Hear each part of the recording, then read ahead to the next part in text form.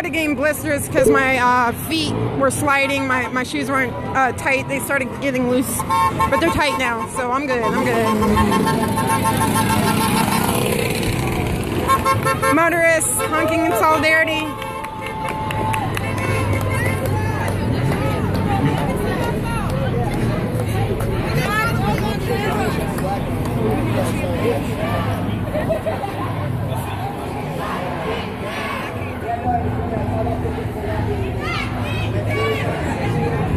And 24 ATM was put upside down. That must have happened on the weekend, the past weekend.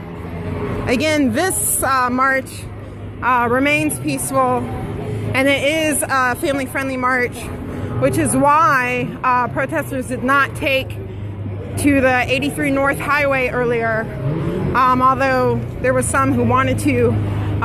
They were reminded that there was families with very young children at this march, because it was supposed to be not just peaceful, but law-abiding, so it would be family-friendly.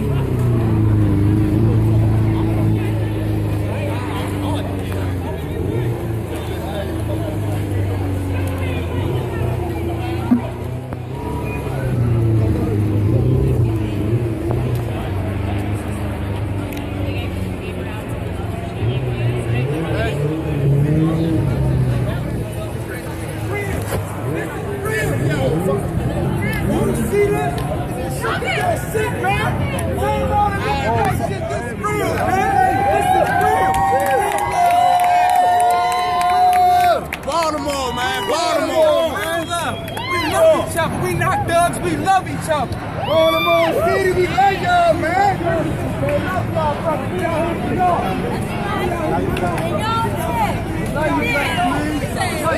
People coming out to greet and show love to the march here.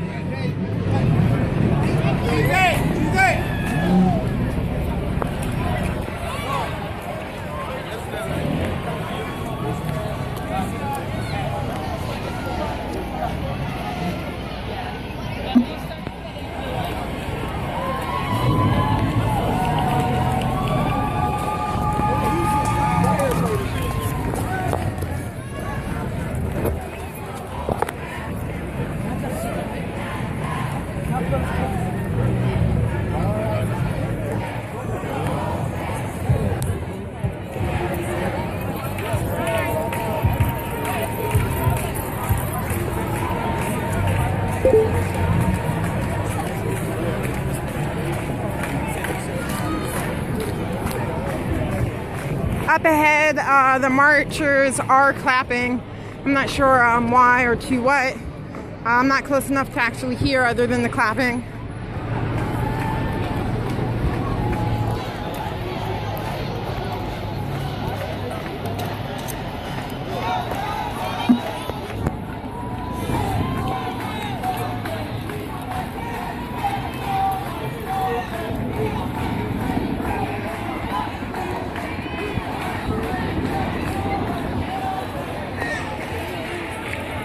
I'm in one of those gaps again.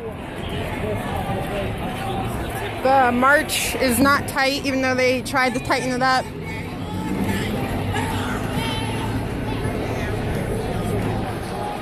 Again, people coming out of their houses to show support, solidarity, and love to the marchers as they pass by. Not everyone is able to attend this march, even though they might live here where the march is passing by. But since it is passing by their place, they are coming out and showing that they are with them. Baltimore is united for Freddie Gray and all Black lives that matter.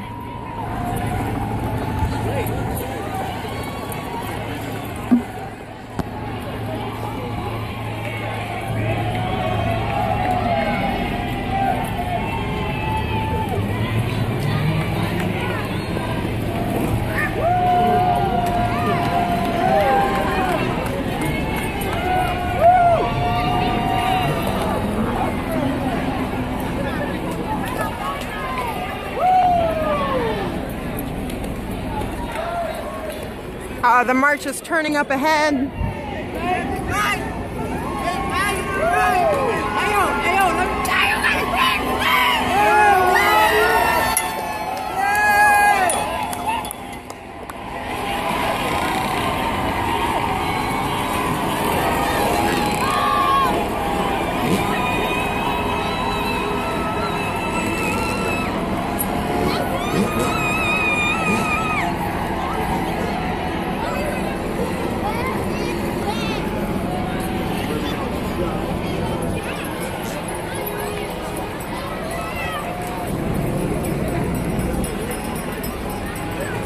taking both sides of the street again.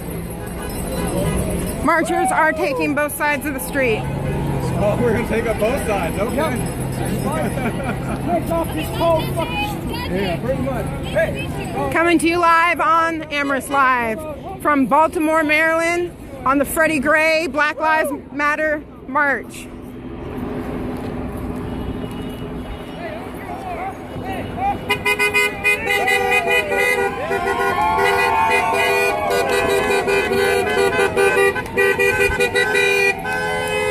Up ahead, there's a sign for another highway. We're turning over to this side of the road. Again, we're not taking any highways because it is a family-friendly march. So we're going on to this side of the road. Because on that side of the road is a big green sign pointing to the highway.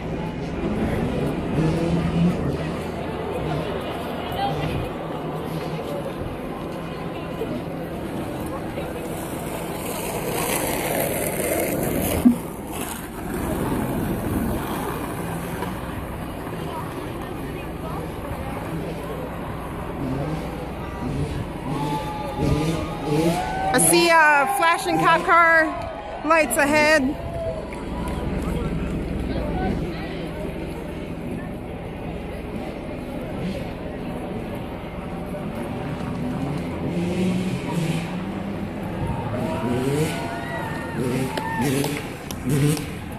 More dirt bikes popping wheelies.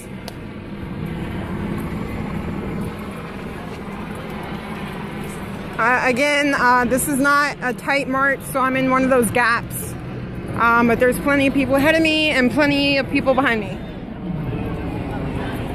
What's your Ustream channel? Amherst Live. I know it's a weird name. A-M-I-R-I-S. I'm on foot in Baltimore. On foot in Baltimore? Yep. Awesome. And how to remember to spell my name is you just think of I am Iris, except drop the I in the beginning, so I am Iris. Amherst. Yeah. Right. It's pronounced Amherst though. Yeah. Cool. Amherst. Thanks.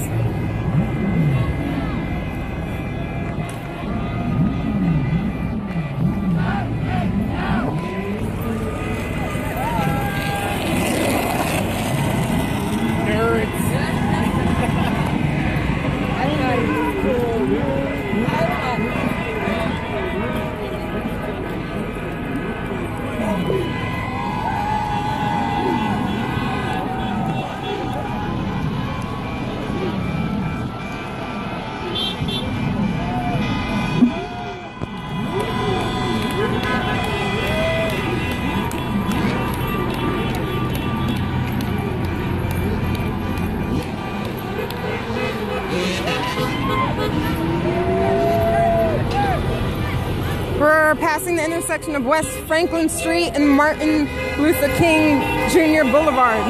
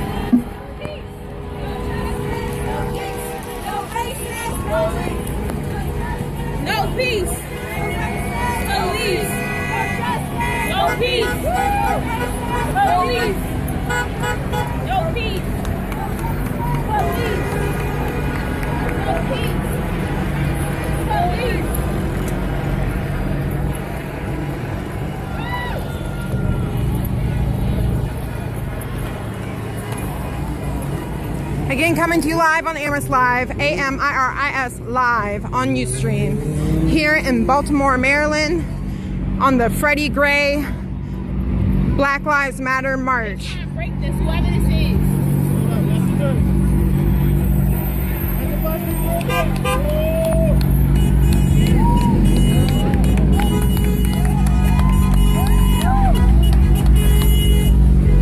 Protesters are letting the city bus through.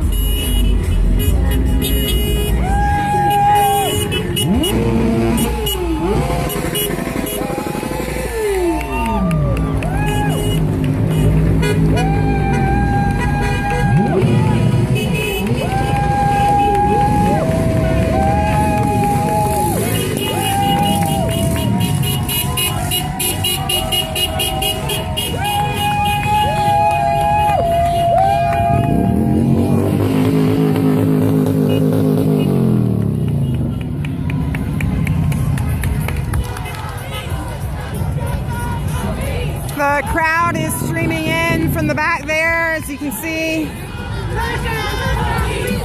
I'm near the front of the march. I'm not exactly at the front anymore, but I'm kind of near it. And the march is flowing well behind me.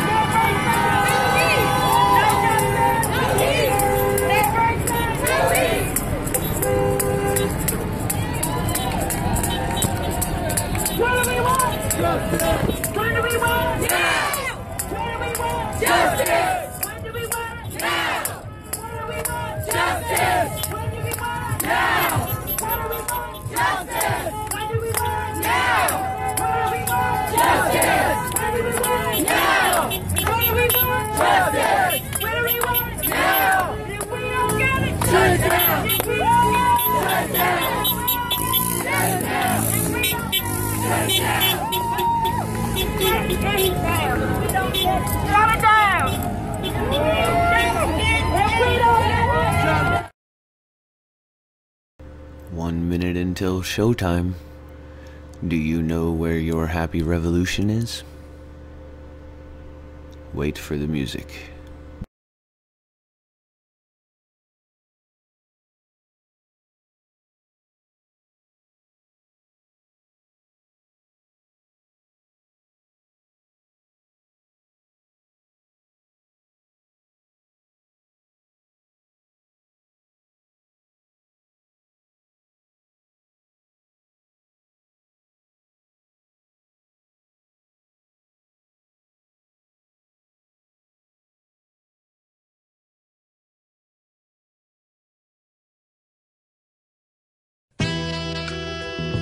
Both tell you what. Life can be hard, but you just gotta push through. Sometimes just let it go. Plant seeds in your mind, water it with rhymes and let it grow. Attack with actions, words only worth half, and that's the exact fraction. Life's more massive than anyone's act, but actors act like it's only their path until they're blasted. Lessons are experience reflected through your lenses. Perception bends presence, connections, and attention causes tension. Respect connects unless it gets no reflection. Who's the boss, but who's on top? Gets tossed off, the logic is crossed, twisted. Significantly, people can't see the cause. Consider the visions of gods, divinity, the Trinity, and consider other religions, even heathenistic decisions that offer different visions. Educate, levitate, to calculate the odds. Condition your position before you get lost. It's the SNS crew, Democrats be the squad. S to the K, H, Y to the J, E, D, I. Cause we stay high so fly, you know it. Cause I'm a poet glowing like the sun, so bright a show and flowing like the night is done. Patrolling, taking control of the lyrical soul. Speaking vocal frequencies, spoken like my spit was sonar. Beheading like a ninja, revving in just like a snowball. My baby cast a goal when she inspired us to go far. I don't do it for the dubs, I do it for the love. And I don't do it for the clubs, shape-shifting fake plugs. I'm just playing what you hand me. You can turn the other way and fall back on that plan B. That's all fine and dandy, we the SNS crew. We wickedly spitting written encryptions for submission that we can see through. So while you switching your positions and giving up on your condition, Joe, we can see you. I'm a suburban hip-hop caper, rip your tip top like it's paper. Take your mixtape and I rape her, so stop waiting, play a hater.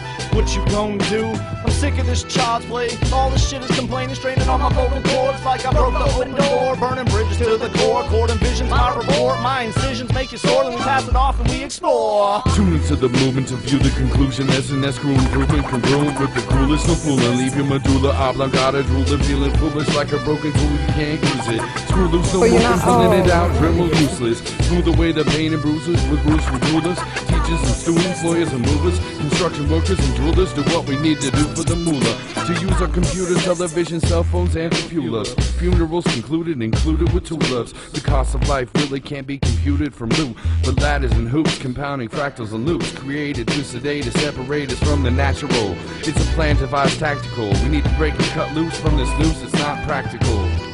Man, that makes me want to slap a hoe. But I won't let you. I may be under pressure, but I'm more like a professor giving lectures, always learning. Some people build bridges and some people start burning. Start learning and turn it around and change your life. Cause maybe you will end up having only strife and pain. It's not the same as it used to be. Some people try to take the game away from you ruthlessly. It's not the same, it's strange, and it maintains on a different plane. Man, it just fucks with my brain. Twisted, subliminal, paranormal, mortal phrases. Uplifted, formally, gorgeously, I'm enormously racist. Vicious, the gifted one, malicious. With a flip of the tongue, test the S to the S to meet the hit with a stick of a bitch, just run.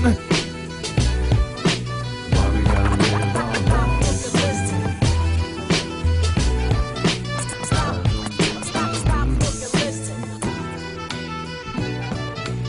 Why we gotta live all night this way? Maybe one day we can push pain away. Why we gotta go and live our lives this way? I just hope things will change. Alright, we got one more song and it comes with a video, so I'm gonna get this set up. And the reason I'm gonna play this is because SNS crew that you guys just heard is local talent, and I want to promote local talent. I want to promote activist talent. I don't care if you are knitting sweaters. I'll promote you for free. It's your stuff, it's your money, it's your skill, it's your art, and it all belongs to you. And this is a way that we can help one another. So I'll keep the rally muted while we play this song, and then we are on. Alright, be back in a minute. Diametric Opposition. This is but the passing of greed. The bitterness of men is the fear the way of human progress. The hate of men will pass, and dictators die. And the power they took from the people will return to the people. And so long as men die, liberty will never perish. Soldiers, don't give yourselves to brutes. Men who despise you, enslave you, who regiment your lives. Tell you what to do, what to think, or what to feel. Who drill you, diet you, treat you like cattle, use you as cannon fodder. Don't give yourselves to these unnatural men. Machine men, with machine minds and machine hearts. You are not machines. Yeah, wars for the money, but no food for the hungry. I take a look at May, see people in a daze, distracted in ways, abstract and astray. I close my eyes and I pray, but what am I praying for? Or the who, just never reach heaven's door where it seems to me. Some are scared that they'll never see, but you know no different than me. So I look to the stars and to the moon, feel so in tune. I'm so weird, ain't it obvious? But you tell me what is normal. Guess they want me to be upstanding and formal. Go to school, get a degree, work hard for them to tax me. Raise a couple kids, look back, talk about then, not how it is. So you look at how they got us living. They making money off the prisons, everything had an interest, and you sold in a bond from the moment you spawned. What's up, Uncle Sam? Yes, I'm on my strong man with a master plan, details minute. Just know it start from the truth, false cause for the troops, exchange over crew. And another kid with no shoes, they look at us consumed by that blue screen in every room. I ain't watching that screen, I'm learning real life on the scene. They make up a lot just like Maybelline. Don't give yourselves to brutes, men who despise you, enslave you, who regiment your lives, tell you what to do, what to think, and what to feel, who drill you, diet you, treat you like cattle, use you as cannon fodder. Don't give yourselves to these unnatural men, with machine minds and machine hearts. You are not machines. Yeah, I see the world in a glance, from meditative stance, activated chakra. No things that the school has never taught you. The American dream is one big pyramid scheme for that cheddar green. Men do the evilest of things. I don't think it's the bad in people. From the birth, yeah, we all equal. Society becomes deceitful. The way these corporations picture to your brain becomes a stigma. This ain't reality, really just a figment. It's all how you depict it. Ancient codes I depicted. Tell me who else is rhyming this wicked. Sickness infected. This stand rejected. This stand neglected. Until I spread now, they respect it. Think twice before you test it. Music with a message. This shit is like a terrorist acting with some weapons. Or is it false flag like 9/11s? Building number 7s. I got a slick tongue, just listen before I go missing. Cooperative paperclip mission. Hard frequency emission, chemtrail dripping. They White House sitting lying, no admit. With a televised corporation picture. And at this, we distracted at the Atlas. Yeah, they make you sick just to sell you tablets. Don't give yourselves to brutes, men who despise you, enslave you, who regiment your lives, tell you what to do, what to think, and what to feel, who drill you, diet you, treat you like cattle, use you as cannon fodder. Don't give yourselves to these unnatural men, with machine minds and machine hearts. You are not machines, you are not cattle, you are men. You have the love of humanity in your hearts. Don't hate, only the unloved hate, the unloved and the unnatural.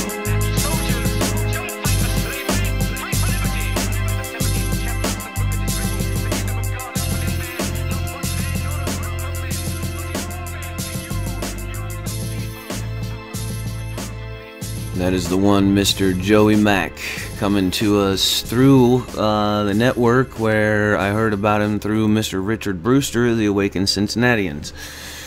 So that's kind of one example of how this network works. Those guys down there have got some skill and talent, and we want to go ahead and put that forth. And it doesn't matter the genre, and like I said, it doesn't matter the trade, man. If you're in this and you want to help us learn again how to rely on each other and build this community, rebuild our communities, then you have found yourself in the right place, ladies and gentlemen. And I appreciate you being here.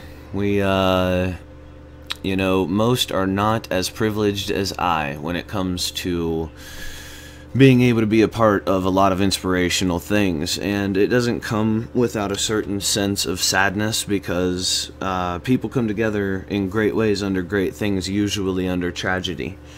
So it's constantly bittersweet. It's constantly a source of many emotions, and it keeps you on a roller coaster. But you know, for the most part, through a lot of tragedy, man, you do see more hope. And today, in the past few days, I've been able to be part of that. And one thing is Lima, Ohio. We have Tyler Paxson, who has court on May 4th. And he was beaten within an inch of his life. And we're still not going to release the video with the audio and everything because of court proceedings. So we're going to wait for that. But they start then, and they're probably going to go zip, zip, zip as fast as they can, run him through the system, and they're going to try to ruin this kid's life, is what it comes down to. You know, they beat him within an inch of his life, and then they want to give him a bunch of time in prison. and they've been caught abusing other people since then. And these are both white and black people that they have just beat the crap out of. One guy is an older black gentleman. Tyler Paxson is a young white kid. The other guy is an older black gentleman that he's like 70 years old. He was trying to get on the ground, and the cop decided he wasn't getting down fast enough and put a boot in the middle of his back, slammed him to the ground. And then there's another incident as well. So Lima, Ohio is a freaking mess. Their PD is a mess, but they're not the only ones. When it comes to Ohio, unfortunately, they find themselves in like-minded company. Mount Vernon, Ohio has taken it a step further, where they are killing people once they have them in police custody. But that's not enough. They're killing folks that have this last person, and Aaron Purdy was the first person that brought this to my attention. Thank you for that, Mr. Purdy. I was late getting on board with everything, but I was recently brought into a chat. I spoke to some real good, passionate patriots, some 3%ers that are no freaking joke, and we got some video of them rallying there in Mount Vernon today, and you know that's going to be the start of something beautiful, much like what's happened in Pennsylvania and Bellefonte and John Adams and that crew out there. God bless those guys. And much like what's happened up at Ernest Angley's church up there in northern Ohio, Cuyahoga Falls. Much like what the Awakened Cincinnatians do, they gave away a ton of freaking pizzas when they did this last operation for the homeless. Don't know if you guys know this, Mr. Brewster is a single father, so he coordinates national movements, national events. He travels to state to state, and they travel deep, you know, cars, and he still finds time to do everything. So he's kind of a hero of mine. He was recently on RT, one of his masks. Pretty freaking cool, man. So, not a big shock he would bring us a talented artist like we got to hear there in Mr. Joey Mack. Yeah, I appreciate you guys being here, man. Revolution tactics, keeping our pulse on the American people, keeping the pulse on the American code enforcement officers, or AKA police officers. And making sure that people find the good sense to decide things for themselves and not listen to some disembodied voice. So we got videos to go through. We got a couple things that are important that I want to get to. We've got different streams, different videos, all kinds of fun things. And I appreciate you guys being here and being concerned about what's going on. We'll go a little bit further in depth about the Mount Vernon story. We'll go a little bit further in depth with, and this is Baltimore that I just pulled up, by the way, with the military vehicles right there. So yeah, latest on Baltimore, in case you haven't heard, in case you just crawled out of your cave and decided to turn on your internet. 6 officers.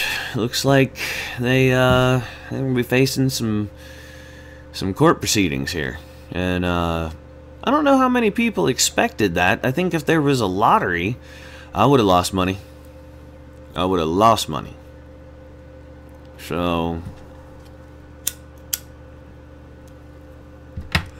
one thing I can tell you for sure, if you haven't been caught up in the cynicism, if you haven't been caught up in the easy racism, if you've decided to think for yourself and you see what's going on, then you've opened your eyes to, this is the beginnings of what can be our revolution. This is the beginnings of what can change everything for everybody. This is the beginning, because 10 years ago you didn't see your nation doing this. 10 years ago, this isn't what was happening. And just maybe it's time. So, I'll turn the audio on here for a second, and we're going to come back to a couple of videos and pictures and things. Came out so that I could protest. Yes, that's it. Okay. That's it. Okay, came thank out you. In solidarity. I came out so I could protest. I mean, awesome. Solidarity. All right, thank you. Are any of y'all interested in a quick interview? Oh, sorry. What brings you out here today for the Black Lives Matter march? Police brutality brings me out here today. I think that's pretty obvious what brings all of us out here. A man was murdered for no reason, for looking at a police officer. That's what brought me out here today. Thank you so much. Yeah, I just ask open-ended questions because it's live stream. But some people don't know. Oh, okay. I prefer to be walking right now. All right, thank you so much. Again, coming to you live on Amherst Live through Ustream. Again, if y'all don't know, I'm assuming y'all know, but if y'all don't know, this is because Freddie Gray was murdered brutally by the police here in Baltimore. And he is just one of many black men, one of many black people, one of many black minorities, and minorities in general here in Baltimore who have faced police brutality on a daily basis and had his life ended prematurely by that brutality. And so people here in the community are coming out in solidarity. Something tells me people don't like that lady. I don't know what it was. They just weren't even trying to talk to her. So, real quick, let's jump over to what's happening in South Columbus. This is actually footage you won't see on television. This is from my cousin's house. And she, unfortunately, is right there. This is from the porch. And here towards the end, it's only 34 seconds long. Here towards the end, I'll quiet down. In the distance, you can hear the propane tanks blowing up.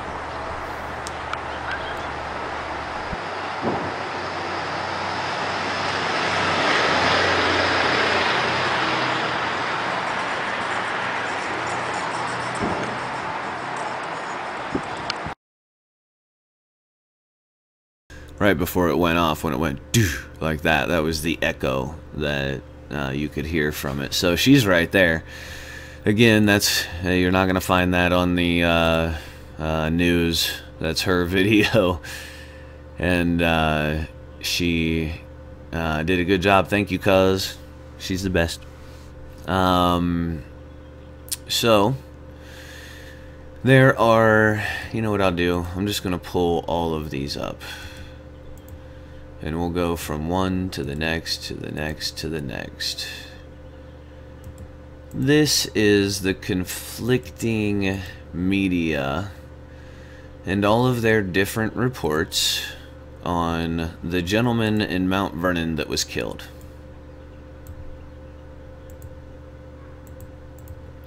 And when you read these different headlines, you're going to see, you know, and again, it's for you to decide for yourself. What do you think? Because it's all about police brutality happening across the board. We know it doesn't happen to just one race. There are many cops across the nation that carry the same mentality. So it leaves us in this kind of a situation. David DeMond, I believe, and if I've pronounced that incorrectly, I apologize. Autistic man killed by Ohio cop, head smashed on ground during takedown hold. Okay. He also has Tourette's.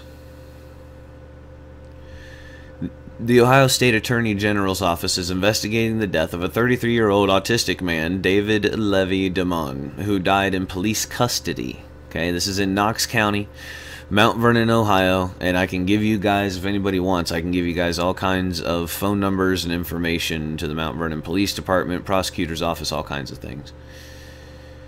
So,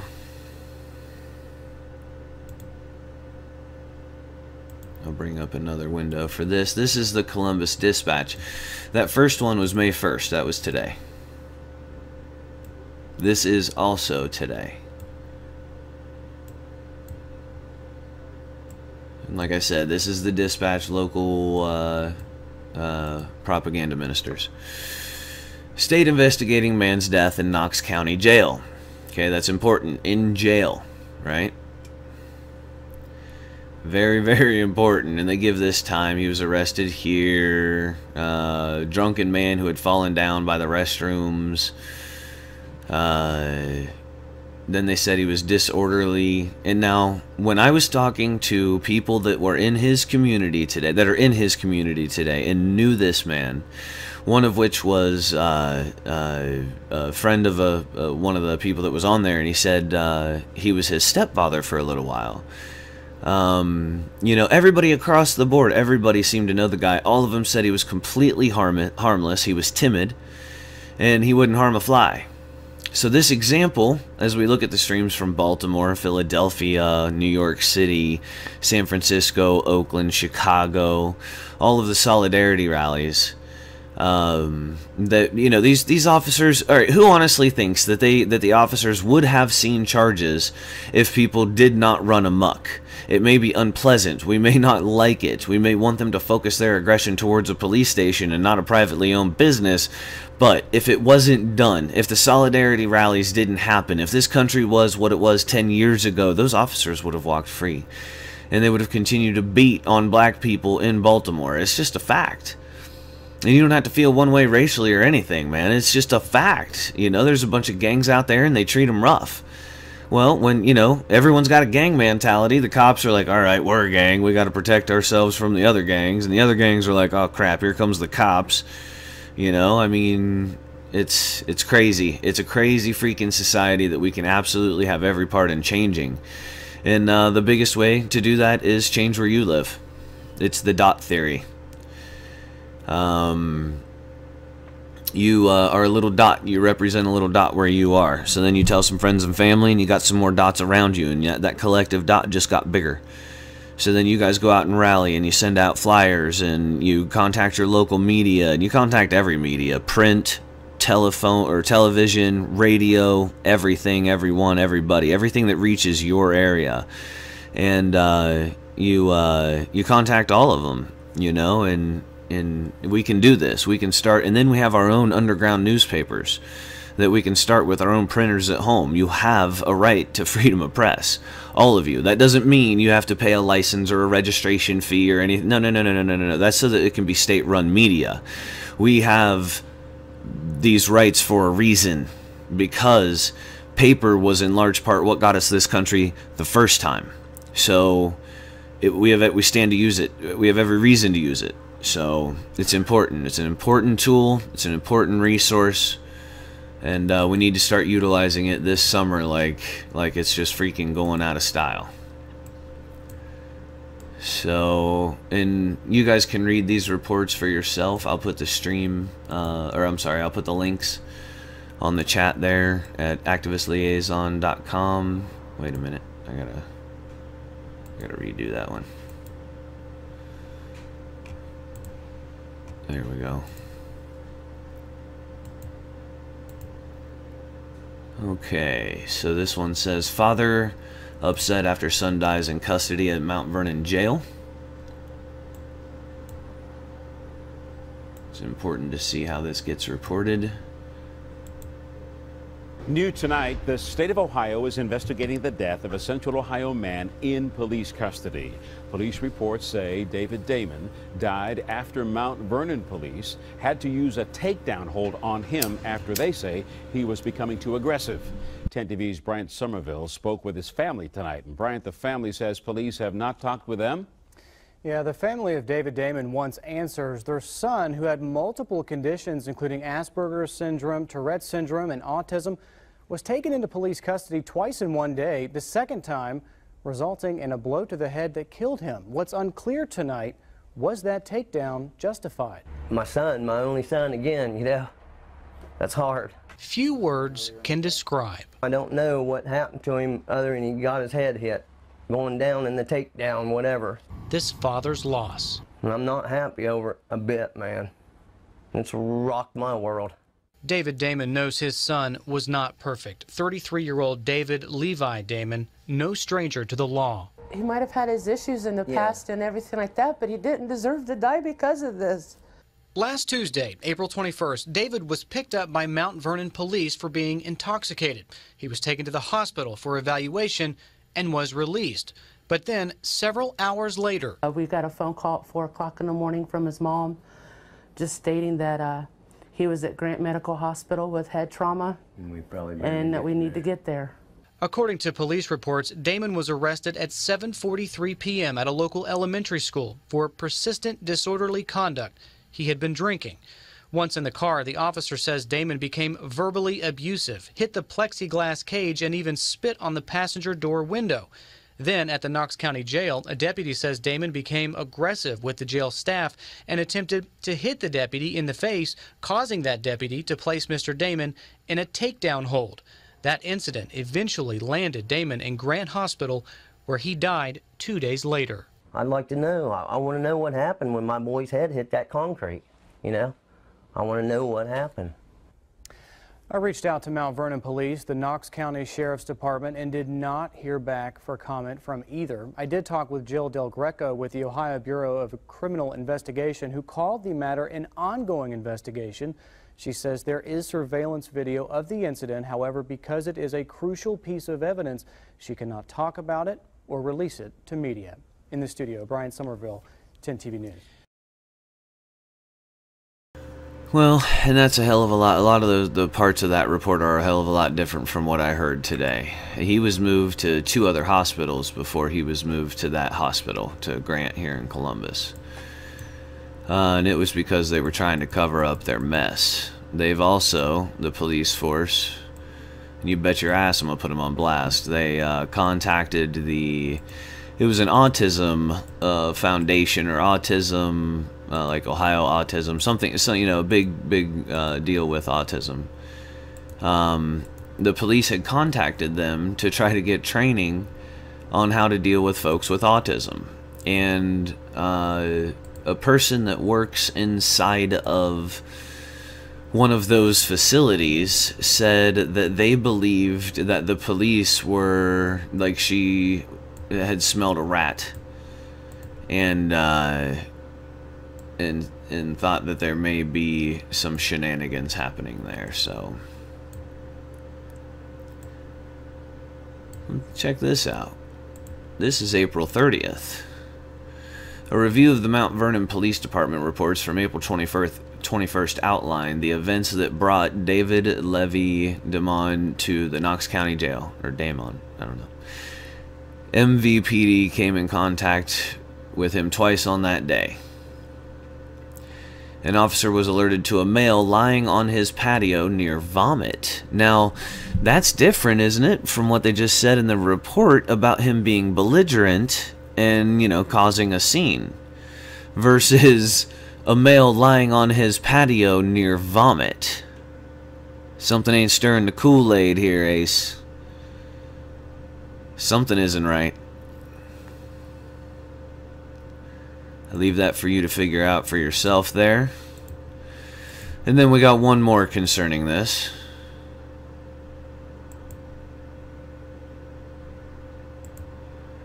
Special Investigation Unit continues to investigate a questioned death that took place in Knox County Jail last week. Passed away last Thursday morning at Grant Medical Center in Columbus on a disorderly conduct charge. So here's my thinking. Anybody out there that saw this, anybody out there that knows anything, you have a place to contact at the Activist Liaison Network. We have an incredible network of people ready to help you, that are able to keep information private and work through a series of safe networks to do so. And that is at your disposal should you choose to use it.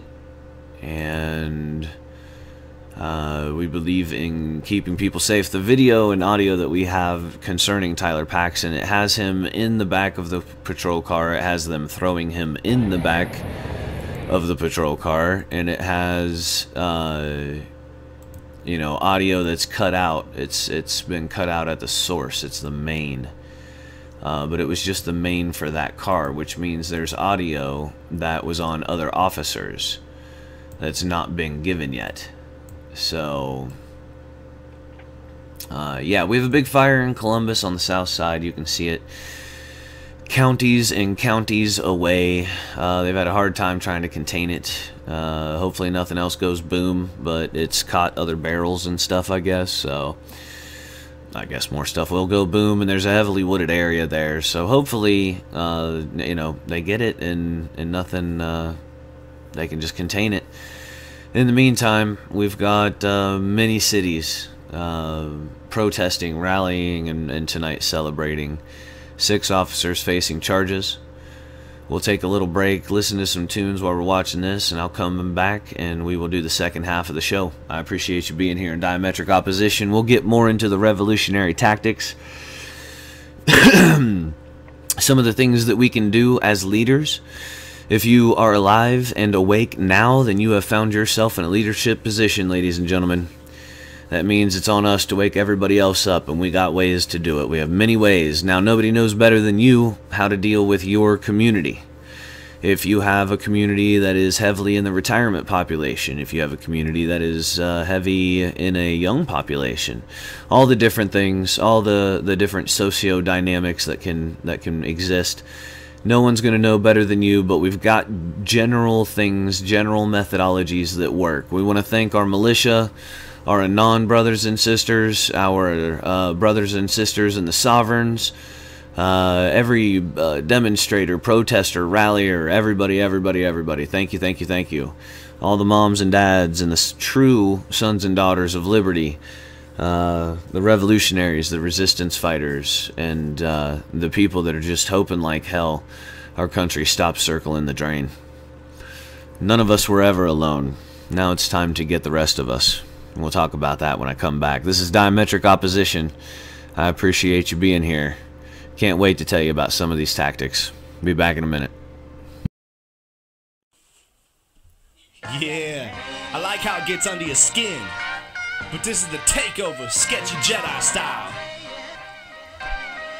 I'm here to take it over like my mode was King Cobra. Style so flexible that you can call me yoga. Motorboating shit's creek, and y'all are just some floaters. But when I'm on this beat, I rock and roll it like a boulder. Popping off my dome like a chrome pistola. Cutting suckers down to the ground like I'm a mower. White range, white rims, call it my moon rover. Looking like some snow, no, I don't need to be colder. Straight up trapping, I'm the keeper like a folder. Don't like the dark side of things, more like Yoda. Try to keep it forceful when I'm the mic holder. And as for your girl, it's true, I bought soda. My ball and my word, I don't need to be bolder. And if I hit some static, brush it off my cold shoulder. Still a youngin' in this game, just wait till I get older. I will be the chief and y'all will be my lowers. Dual shock you out the frame like the game was my controller. Taking out your cane, strike it down like I'm a bowler. Brighten up this gothic genre, refer to me as solar. And if there ain't enough room, it's about to get fuller. Push out the weakest links and exclude the dollar. No, I'm not against it, but I'm not your blood donor. Bullet is my metaphor, shot to clean my cola. But white means surrender, so yellow's my allure. And if you like to hack it, to hang next to the store, I guess that I'll just stack it and create my ass a store. I got enough lyrics here to build my ass a four. The first verse to take over, so what can you afford? Call me the bunny, cause I love the hip hop. Call me chubby chaser, cause I love the big spot. Call me sunburn, because I'm so hot. But don't let me catch you calling me something that I'm not. Call me the bunny, cause I love the hip hop. Call me chubby chaser, cause I love the big spot. Call me sunburn, because I'm so hot. But don't let me catch you calling me something that I'm not. Plain and simple, taking the game, I'm nimble. And it's hard to stay sane when your brain's a thimble. The rumble and the bubble in your veins just cripple. A pimpling through the door, you stay in the window. Oh no, yes, it's the same innuendo. I'm the next gen, you the same Nintendo. I quit puffing on the Indo, and still I'm staying in though. Inspiration shift to win, yo. I keep it crisp, I've been cold. Alpha dog, been sold, but never sold out. Like pretend gold, a diamond in the rough, so hold out. I rip rap subliminal on track. Divisional and critical like major label contracts. It's a fable if you think you able to be placed next to my contacts. Restricted table and I will prevent you from having the credentials to come back. Not even presidential, just sipping from my rum rack. Existential love lack will be the story of your life. Next to the stencil of your career on a 30-second dub track with a knife. Now that's a stab hit, so take a stab at it if you think that you the shit, bitch. Call me the bunny cause I love the hip hop. Call me chubby chaser cause I love the big spot. Call me sunburn because I'm so hot. But don't let me catch you calling me something that I'm not. Call me the bunny cause I love the hip hop. Call me chubby chaser cause I love the big spot. Call me sunburn because I'm so hot. But don't let me catch you calling me something that I'm not. Verbal weaponry, it better be a shot to the head at least. Steadily gripping equipment and hitting with the melody. A felony, demeanor, misdemeanors, embellishing. Decorative cockiness of the thoughts that I am relishing. Theoretically, Beretta's locked and loaded to the drop deep like I'm embezzling. Alphabetically, ready to be ready for critical distance to your misses like I am medically. Genetically, engineered to be an engine feared by all of you pathetically. Upsettingly, the best that ever done it, I run it exceptionally. Accepted by every city, dizzy by the circles I'm rhyming authentically. A prodigy, I'm meant to be the illest vanilla cracker stacked up, so how you like the cookie looky? You're bound to get hurt inevitably. I'm bound to crack a smirk in my head at least. But I'll keep the composure to run you over and over the treads of defeat. Upset, I'm decreased. So what's beef? Beef is when you can't even speak, cause you can't even think after attacks from the shrink. Ha! Call me the bunny cause I love the hip hop. Call me chubby chaser cause I love the big spot. Call me sunburn because I'm so hot. But don't let me catch you calling me something that I'm not. Call me the bunny cause I love the hip hop. Call me chubby chaser cause I love the big spot. Call me sunburn because I'm so hot. But don't let me catch you calling me something that I'm not. Call me the bunny cause I love the hip hop. Call me chubby chaser cause I love the big spot. Call me sunburn because I'm so hot. But don't let me catch you calling me something that I'm not. Alright, thank you to the SNS crew. The gaps, y'all. Just bear with me. Alright, we'll bear with you, I guess. She lost the crowd. I'm not sure how you lose a crowd, but she lost the crowd, so we'll forgive her and let her continue. So, revolutionary tactics, all the way from when you look at police line formations, when they're goose stepping in synchronicity, and they're all hitting their shields in synchronicity, and all of this. All of this has been done since before the Roman Empire, when there were African tribesmen saying yum yum, yum yum, which freaked out, enemies that, spoke English. They were like, dude, they eat people, because what the hell else does yum yum mean? And so they were a bit caught off guard by that, and but it's the same thing. It's the all these chants, all these beating of the drums, all of this. Oh, you're not. Oh wow. Okay. It's all the same thing, and it.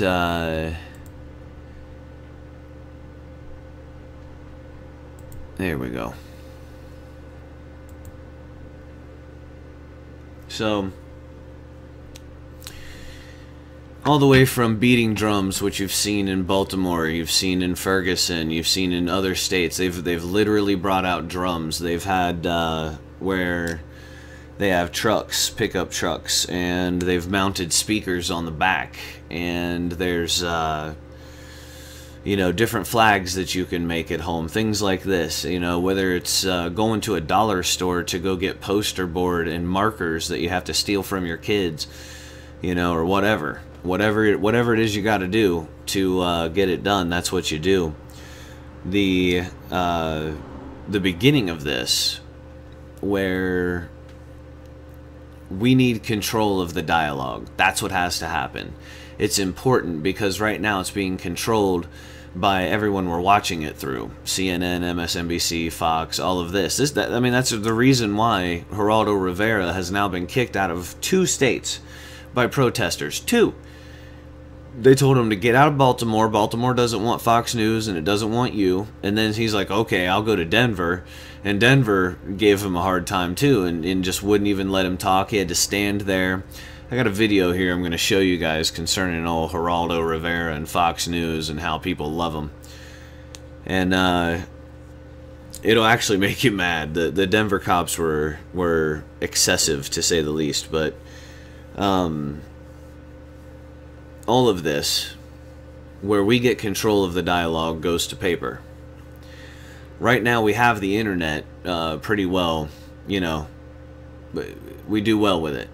We do. And maybe there are places we could use, improvements. I wouldn't be the one to go to, but I can tell you as a resource, as a tool, as a weapon, paper. Right now. Use your printer. Use the printer at the library. Use your friend's printer.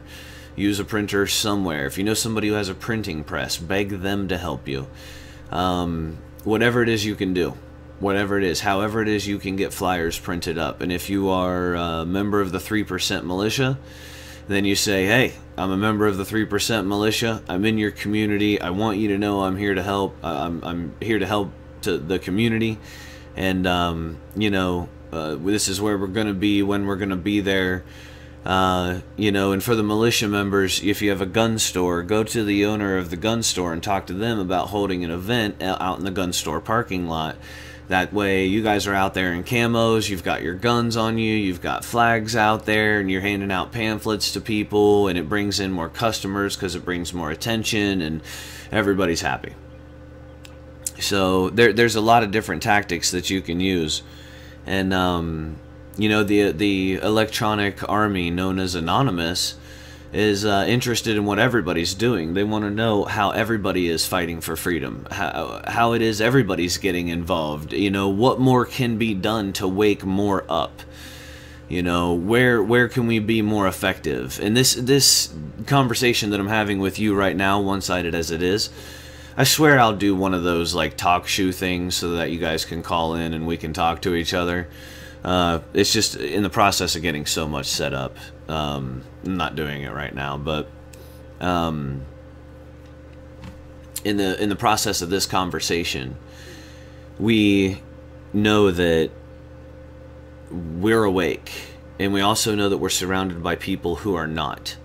Well, how are they going to be unless we subject them to our rhetoric, unless we subject them to our propaganda, you know, and let them know that, you know, if you're sitting around your neighborhood or sitting around your living room with your friends and your family and talking about how the country is circling the drain, you're not the only ones. It's not just you guys, you know. And unity means a lot of things, none of which are easy. None of which are easy. Because dignity of other people's choices. A lot of people, this is tied to our freedoms. A lot of people don't realize that the freedoms really aren't so much there for your comfort. They're there to ensure freedom and liberty at their basic fundamental principle. They're not there for your comfort, you know. It's not comfortable for you to have to hear me say, I'm neither a Republican, a Democrat, neither am I, you know, I'm not a independent or a libertarian, none of those things. If you are a staunch Republican or an incredibly liberal Democrat, you know, that's like a Jehovah's Witness hearing somebody who's never heard the name Jesus or Jesus before. Those people will freak out, you know, and they'll want to talk to me. Oh, well, why don't you vote? And why don't you take part in the process? And, you know, all of these things. And we get wrapped up in those distracting conversations. And the people are starting to realize that there are different classes in this country. There's the ruling class, and then there's the rest of us. The rest of us have been divided and we're being conquered. We're being separated. You can think about, look, check this out. That guy's wearing a tie-dye. He must be a hippie. He's got long hair. I bet he smokes pot. I bet he's no good. Well, I challenge any of the naysayers to debate me on our current socio-political situation in this country. I absolutely want someone to take me up on this challenge. Oppose what it is I have to say so that we can do it and show people what it is to disagree in a way where everybody gains virtue from it. You know? We have a million ways to separate. We're good at it. That guy's too fat. That guy's too skinny. That woman's too tall. That person's too white. That person's too black. That person's too young, that person's too old. It's ridiculous. We are all here sharing the exact same space. And if you want to, and let me take it to this extreme, I'm not going to tell anybody what to believe or how to feel. I'm not going to do it. It's not my business. Whether you're misogynist, sexist, racist, prejudiced, it has nothing to do with me.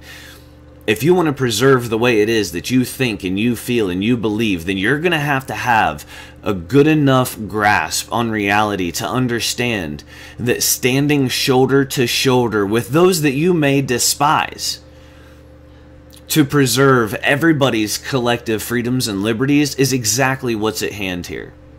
And nothing less, nothing short of that. If it only took 3% of the population the first time to have a successful revolution, how many people do you honestly think they've pissed off now?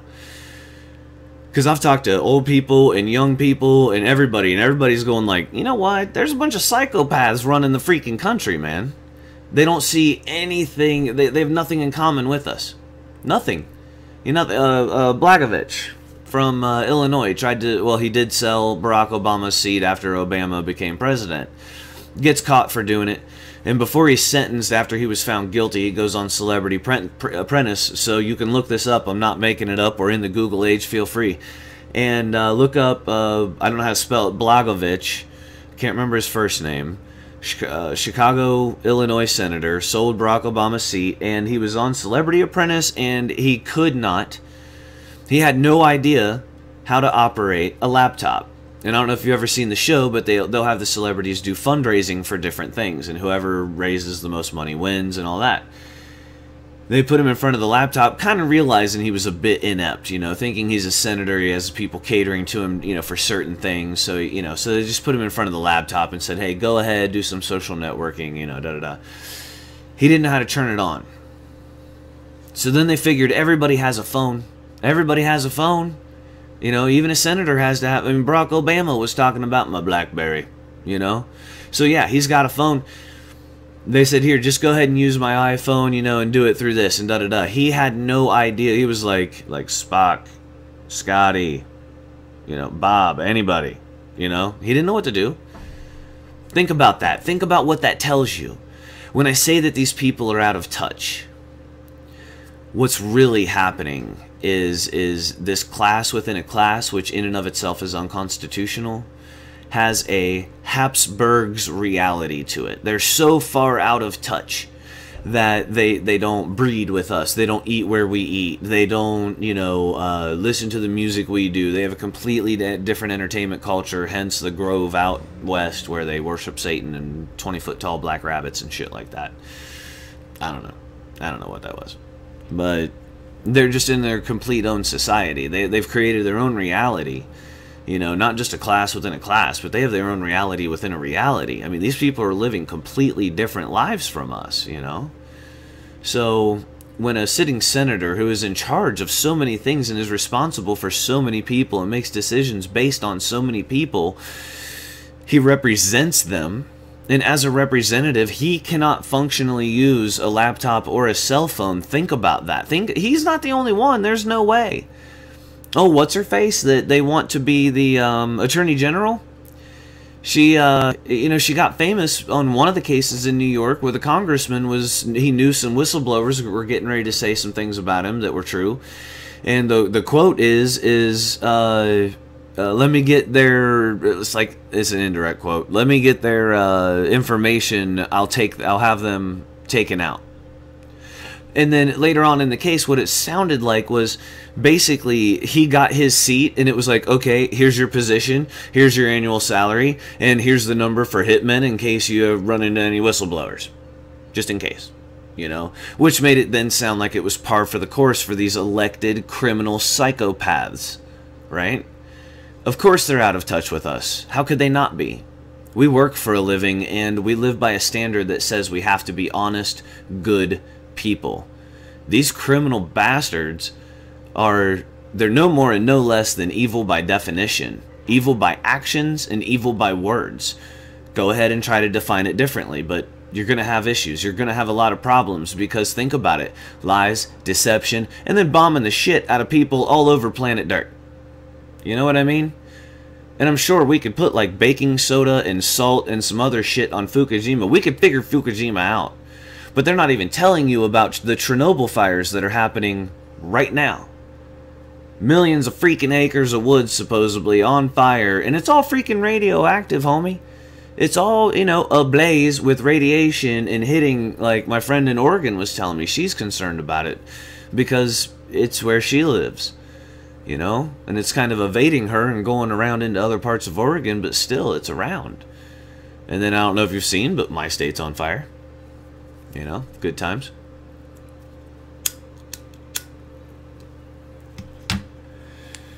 I want everyone to grow an appreciation for what you're seeing and do not get caught up in the racial, you know, oh, it's a bunch of dumbasses, it's a bunch of animals. What you're seeing is that the tone is shifting. people believe that we are living so far outside of our... I mean, just listen. Use your imagination with me for just a second. Let go of the cynical side that has done you no good, all right?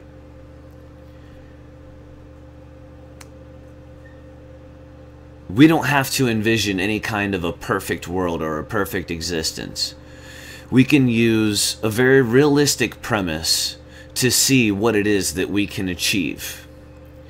And what we can achieve doesn't have us working for some business, some corporation, for this fiat currency that equates into no more than slavery because of our central banking system through the Federal Reserve, which is central banking, which comes straight out of the Communist Manifesto and kind of works well in our country in tandem with the socialistic aspect of Social Security and Head Start and all the other socialist programs that we've now instituted, like you have to pay mandatory money for car insurance and then mandatory money for health insurance. Socialism, don't know if you know that, but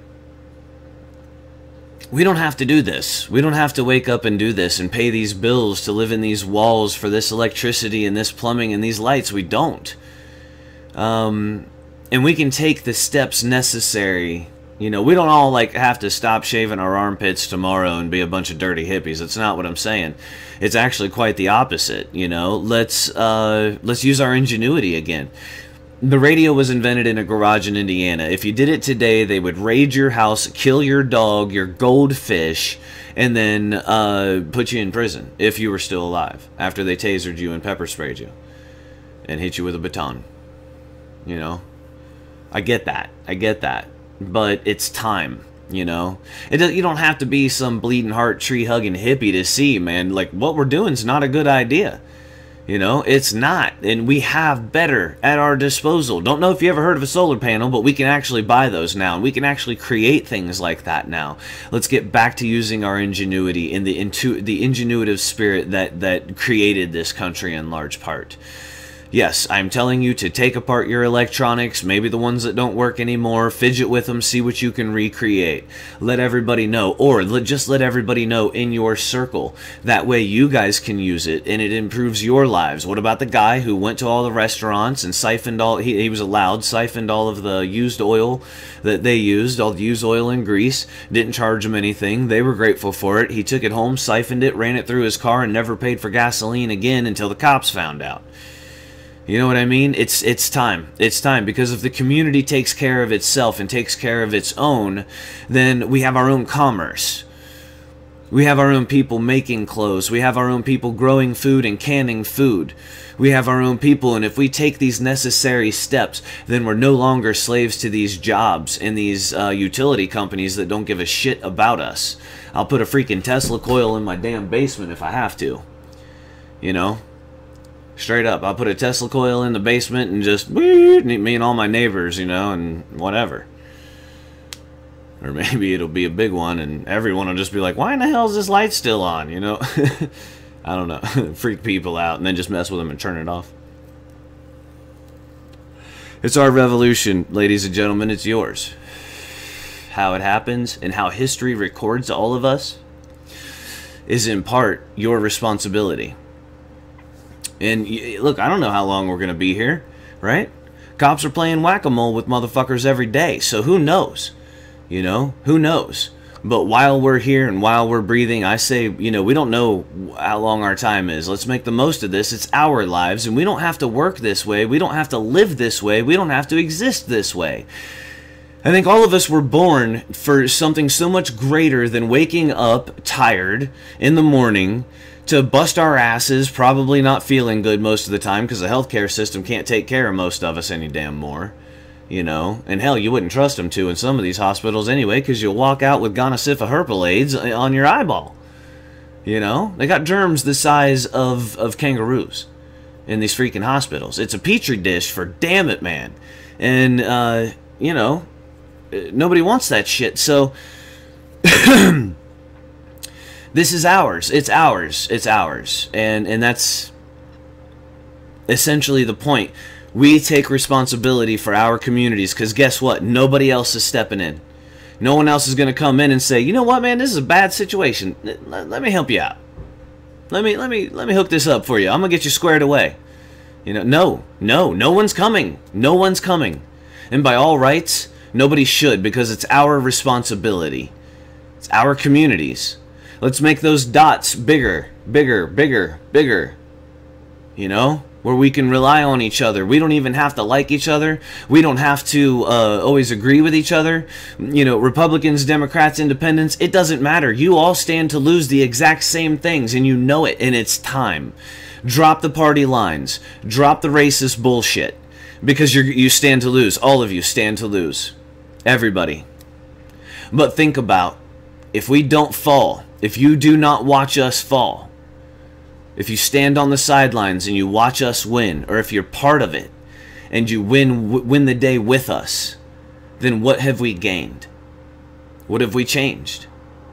Our airline industry is still the envy of the world. Everyone still looks at our entertainment culture, and I'm not sure why. You know, we set the tone in the world for many things. These superhighways that we drive on are also infrastructurally, in large part, still the envy of good portions of the world. You know? I mean, we set the tone for many things. So what happens when blue-collar working stiffs that have had their hearts broken time and time again by lying-ass politicians that don't give a shit about you or the people you love? What happens when you get control? And if you think that's too idealistic, if the cynical side of you has taken over, and you, oh, well, that's too idealistic. Well, let me tell you, the idealistic view is the only view that seems to have all of our best interest at heart. I can't find another istic view. I haven't found one yet, because each and every one has a narrow-minded part, but the idealistic view is the one that I say we start to really entertain and investigate and see where its virtues really lie. See where it's realistic and where it's not, because that might just save our asses. That little bit of compassion being entered back into our people, because we've been told for so long we're not compassionate. Don't look at other people while you're driving because they'll shoot you in the face, and it's all complete bullshit. I've been in different states, I've been in different countries, and I'm here to tell you we're all pretty much basically the fucking same. Each and every one of us. There isn't a big difference between us. We're not different. We're all fucking emotional at times. We're all, you know, intellectual, or at least we think we are at other times, you know. We're all the same. We're all very much the same. We love fiercely, we work hard, and we try to be honest people. That's humanity. That you can believe in. That you can bet the farm in. That you can bet your bottom dollar on. Because it's the truth. Are there freaking lunatics out there? Yeah. Do a good portion of them have badges and guns right now? Unfortunately, yeah. You know, do some of them, you know, not have badges and guns, but they might have guns? Yeah, absolutely. Are most of us generally decent people? Yes. It's time to harness that. We've been taught differently. We've been taught how weak we are. We've been taught how incapable we are. It's just simply not true. This is why people buy into pharmaceuticals that come from pharmaceutical companies that do not give a shit about you. You are a dollar sign. It's in their best interest for you to be sick. When was the last time somebody took a fucking pill and was like, you know what, my epilepsy's gone like a motherfucker? I mean, it doesn't happen. It doesn't happen. Want to know why? It doesn't exist. Want to know why? It doesn't make any money. These things are simple. There are many, many, many herbs, many plants that take care of us, that if you even fucking mention that type of shit, they'll lock you up for. Oh, Kevin Trudeau is one of them. You know, he wasn't bullshitting when he says take a teaspoon of apple cider vinegar if you have heartburn.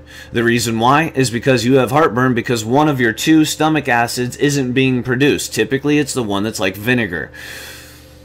Tums, Pepto-Bismol, things like that, they tell your stomach to stop producing stomach acids altogether, so it does. And then your stomach registers that you don't have any acid in there. So it just floods your stomach with stomach acids. That's not really healthy for you. That's not good on your metabolism, which then puts strain on your heart, which makes you at high risk for a heart attack. The apple cider vinegar is one of the two acids that's in your stomach. So then it naturally, you replace it by drinking it, and then your stomach recognizes, hey, there's Christine had horrible acid reflux. I told her about this after I heard about it on the Kevin Trudeau thing. It works. It actually freaking works. So marijuana, the THC, The chemical that gets you high is also a health benefit, you know, and that's through their own recent studies that people were like, look, CBD is great, it's anti-cancerous. The THC itself also has medical benefit, and they were like, whatever, stoner. And then now their own release comes out, and they're like, THC is good for you. So, you know, just, you know, burning their asses left and right with the truth, and it's out there, and not one of us has all of that knowledge. Not one person can tell you every plant, and how to can meat, and how to can vegetables, and how to find the seeds for tomatoes and keep them for the next harvest, and da-da-da. But between all of us, we've got it all. So that's how we make it. And there's more methodologies too that go on beyond this. Always feel free to contact me by whatever, you know, means you deem necessary, and I'll help when and where I can. We'll help spread out the word. Thank you, Militia. Thank you, Anonymous. Thank you, Sovereigns. All my brothers and sisters, man. I love the shit out of you guys. Appreciate you being here. I'll go ahead and throw up a stream that you guys can watch, and I don't know, we'll let it run for a while. I may even throw a movie on tonight because it's Friday. And appreciate you being here, man. It's been Diametric Opposition, and go love something. Go love another electrified bag of flesh. And if there isn't another one around you, love yourself. We won't tell anyone. Take it easy.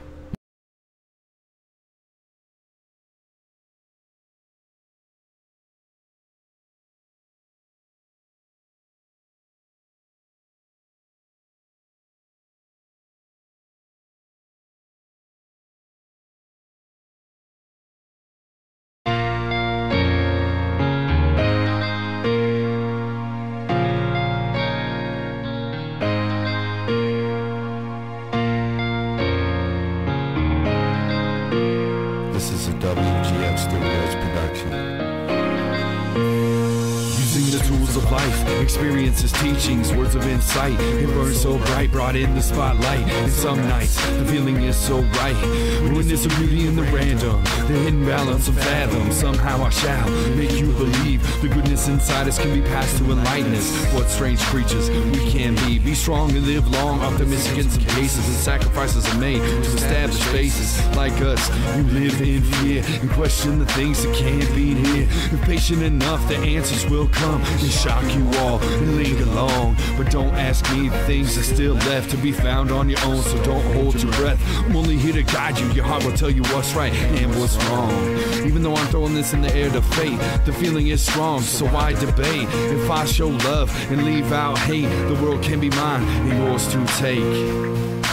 This is the knowledge used in our lives to recreate our future design. Infinite wisdom creatively defined, many things eventuate, so I ask why. This is the knowledge used in our lives to recreate our future design. Infinite wisdom creatively defined, many things eventuate, so I ask why. Why do our hopes, fears, and expectations affect our observations, relevant to the reliability of our mind's imagination? Why must you resist my words falling on your lips to spin?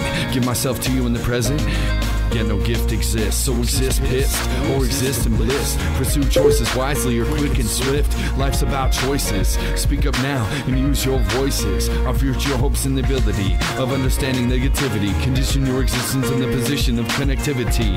To disconnect, respect, and cut your own neck. So don't expect the depth to recede past consequence. Life's a thirsty journey, so drink it all in until you're quenched. So step into the game, son, and get up off the bench. No regrets, quit looking forward. In past tense, the crowd's looking weary and full of suspense. Look at your hands, the ball's inside it. Life's a highway, either ride it or drive it. Speak up, speak now, or remain silent. Observe through the heart or simply through the eyelids. Live through the dark and the shadow so quiet, or exist in a spark that shines so vibrant. This is the knowledge used in our lives to recreate our future design. Infinite wisdom creatively defined, many things eventuate, so I ask why. This is the knowledge used in our lives to recreate our future design. Infinite wisdom creatively defined, many things eventuate, so why ask why? Why ask why?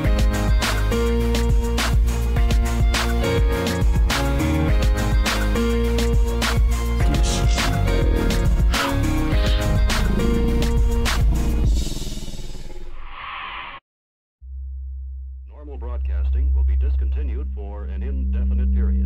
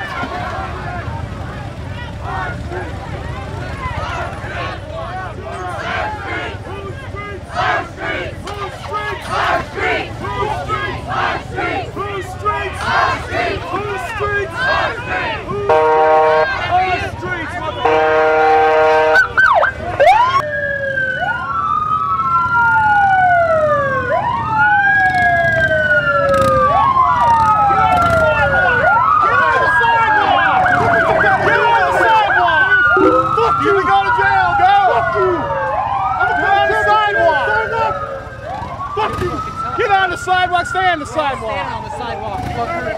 Stop standing on the fucking sidewalk. Fuck you. Hey, fuck you. This guy right here. Fuck you. Get on the sidewalk. Get your bike on the sidewalk. I can ride on the fucking road. The bicycle's supposed to be in the road. You just ramming this guy? You ramming that guy with your bike? Get on the sidewalk. You ram him with your bike? Yes, get on the sidewalk. That's the real way to protect and serve. Keep moving. Stay together. Keep moving. Stay together. Try to hit people with his bike. Keep going. Okay? You alright? Fuck you. Fuck you. You don't care if he's alright. Okay. You just tried to fucking hit somebody with your motorcycle. Alright, stay on the sidewalk. You're gonna have to give a shit.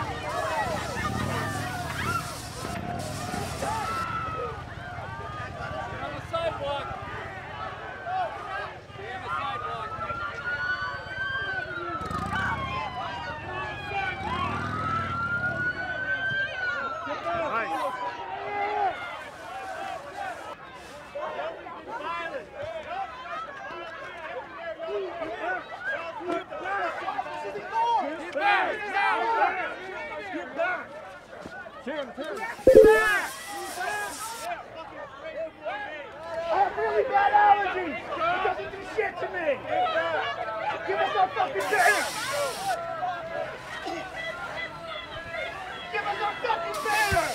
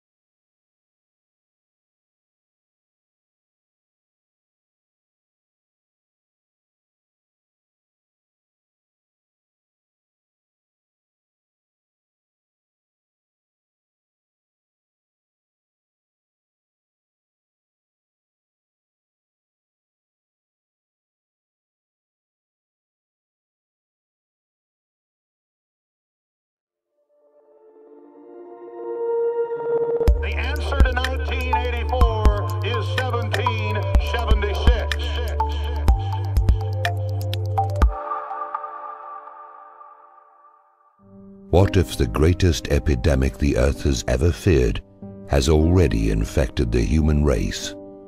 What if human beings have been deceived into believing that fear is love, that war is peace, and that slavery is freedom? We're at war with the most dangerous enemy that has ever faced mankind in his long climb from the swamp to the stars. And it's been said if we lose that war, and in so doing lose this way of freedom of ours, history will record with the greatest astonishment that those who had the most to lose did the least to prevent its happening. Well, I think it's time we ask ourselves if we still know the freedoms that were intended for us by the founding fathers. Somewhere a perversion has taken place. Our natural unalienable rights are now considered to be a dispensation of government, and freedom has never been so fragile, so close to slipping from our grasp as it is at this moment. Whether we believe in our capacity for self-government or whether we abandon the American Revolution and confess that a little intellectual elite in a far distant capital can plan our lives for us better than we can plan them ourselves, you and I have a rendezvous with destiny. We'll preserve for our children this, the last best hope of man on earth, or we'll sentence them to take the last step into 1,000 years of darkness. This is the story of your enslavement, how it happened, and how you can finally regain your freedom. This is Aldous Huxley, a man haunted by a vision of hell on earth. A searing social critic, Mr. Huxley, 27 years ago, wrote Brave New World, a novel that predicted that someday the entire world would live under a frightful dictatorship.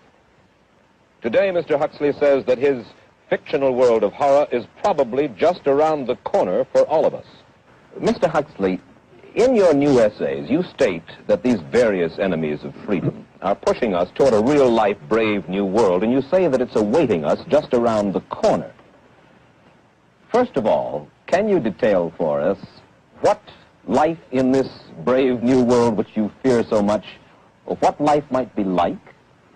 Well, to start with, I think this kind of the dictatorship of the future, I think will be very unlike the dictatorships which we've been familiar with in the immediate past. I mean, take another book prophesying the future, which was a very remarkable book, George Orwell's 1984. Well, this book was written at the height of the Stalinist regime and just after the Hitler regime. And there he foresaw a dictatorship using entirely the methods of terror, the methods of physical violence. Now, I think what is going to happen in the future is the dictators will find, as the old saying goes, that you can do everything with bayonets except sit on them. That if you want to preserve your power indefinitely, you have to get the consent of the ruled. And this they will do partly by drugs, as I foresaw in Brave New World, partly by these new techniques of propaganda. They will do it by bypassing the sort of rational side of man and appealing to his subconscious and his deeper emotions and his physiology even, and so making him actually love his slavery. I mean, I think this is the danger, that actually people may be in some ways happy under the new regime. If you want to preserve your power indefinitely, you have to get consent, you have to get consent, you have to get consent.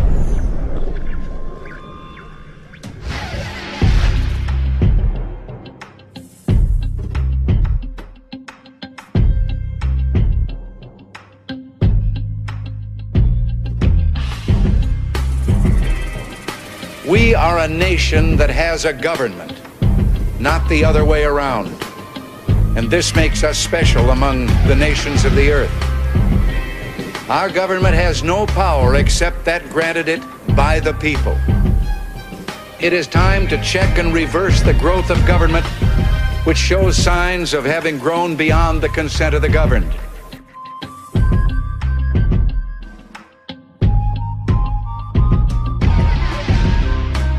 The doctrine of natural rights was most prominently laid out by Thomas Jefferson in the Declaration of Independence right at the beginning of the document.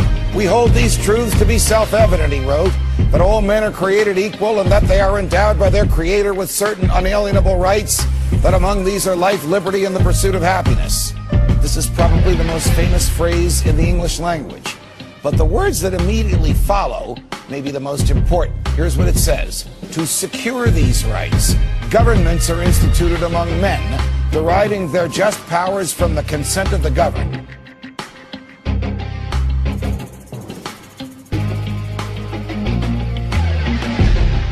What does the word consent mean? Exactly. So what happens when you don't agree? What just happened to their authority? Gone.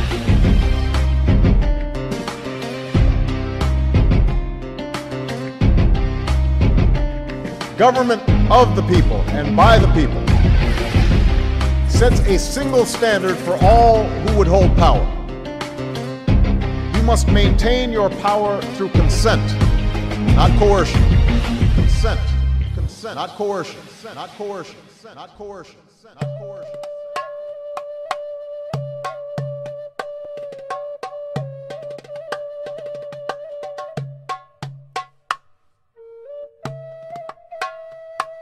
Anyone born in the Western Hemisphere is a Native American. I'm an Oglala Lakota from the Pine Ridge Sioux Indian Reservation, which is still designated in the Defense Department as prisoner of war camp number 44. You see, Indian people, we don't have any rights, any constitutional protections on the reservation whatsoever. No freedom of speech.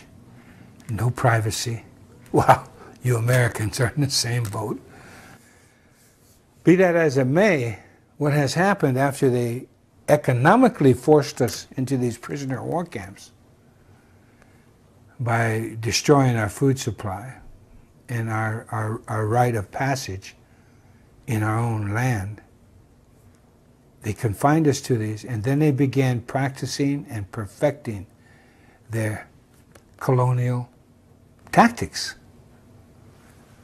What has happened is now America, because of the irresponsibility of your forebears and the irresponsibility of yourselves, you are now on one huge Indian reservation. You know, the American people,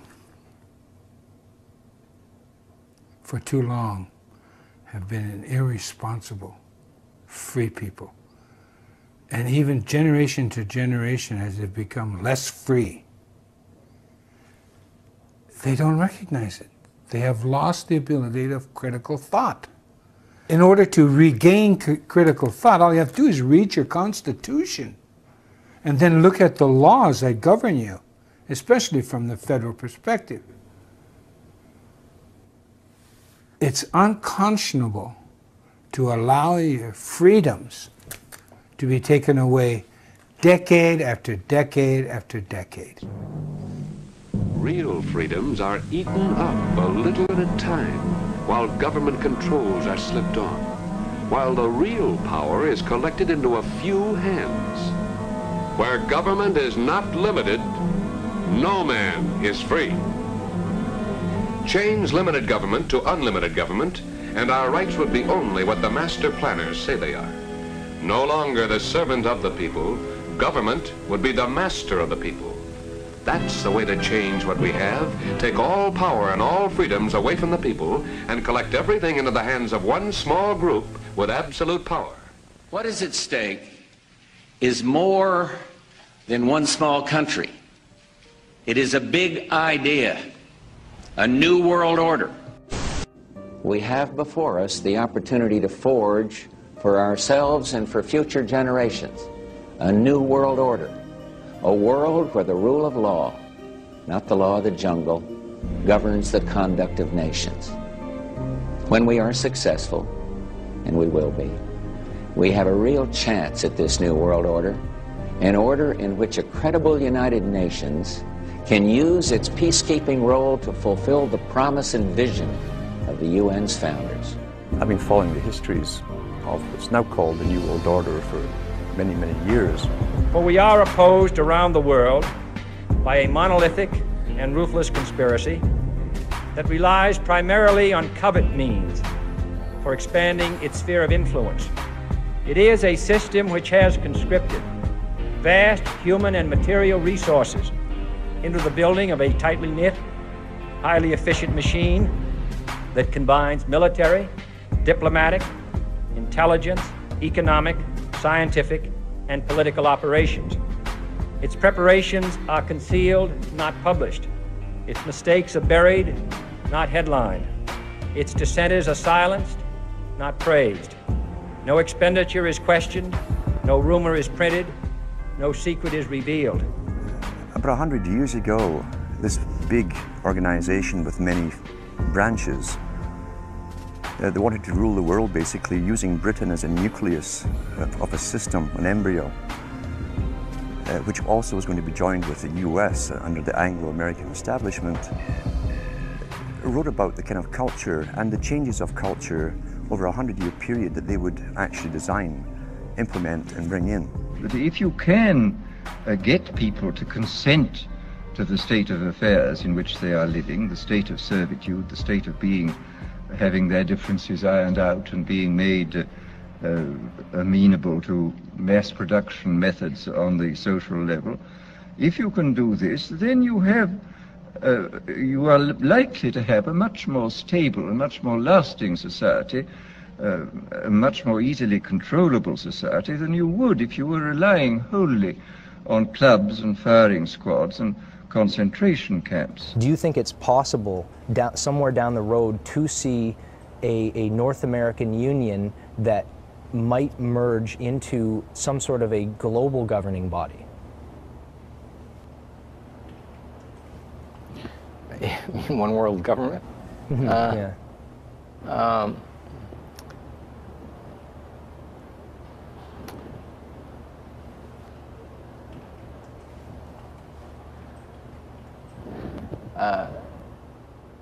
The goal of this web is to change society in every country to create a global fascist communist dictatorship based on a world government that would dictate to every country, a world central bank that would dictate all world finance in every country, a world currency, just electronic, not cash, a single world currency, a world army to impose the will of the world government, and a microchip population, which people absolutely laughed at when I came out with that, well, I don't know, 15 years ago or more, but no, they're not laughing anything like so much now because all these things are starting to happen.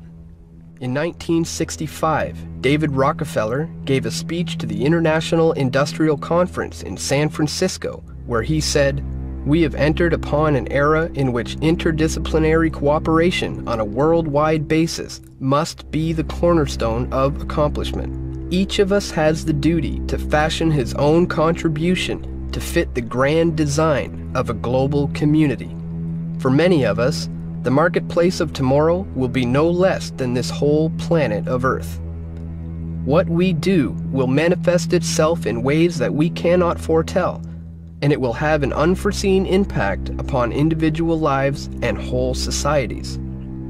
What we are is God's gift to man. What we become is man's gift to God." These boys tend to publish the world that they saw coming into view, and they wrote it in their own hand, basically. They told us where they were taking the world. And when you start studying these things about the age of 14, 15, or even younger, and reading their books, and you live long enough, you will see that the world has turned out exactly as they planned. This can't be coincidence.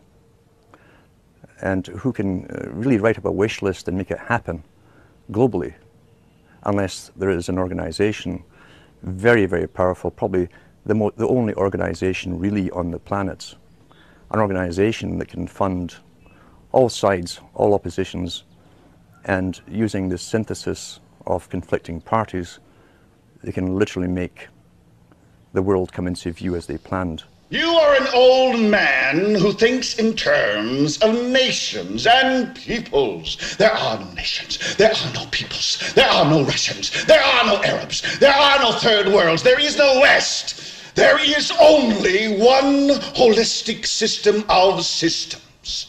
One vast and immane, interwoven, interacting, multivariate, multinational dominion of dollars.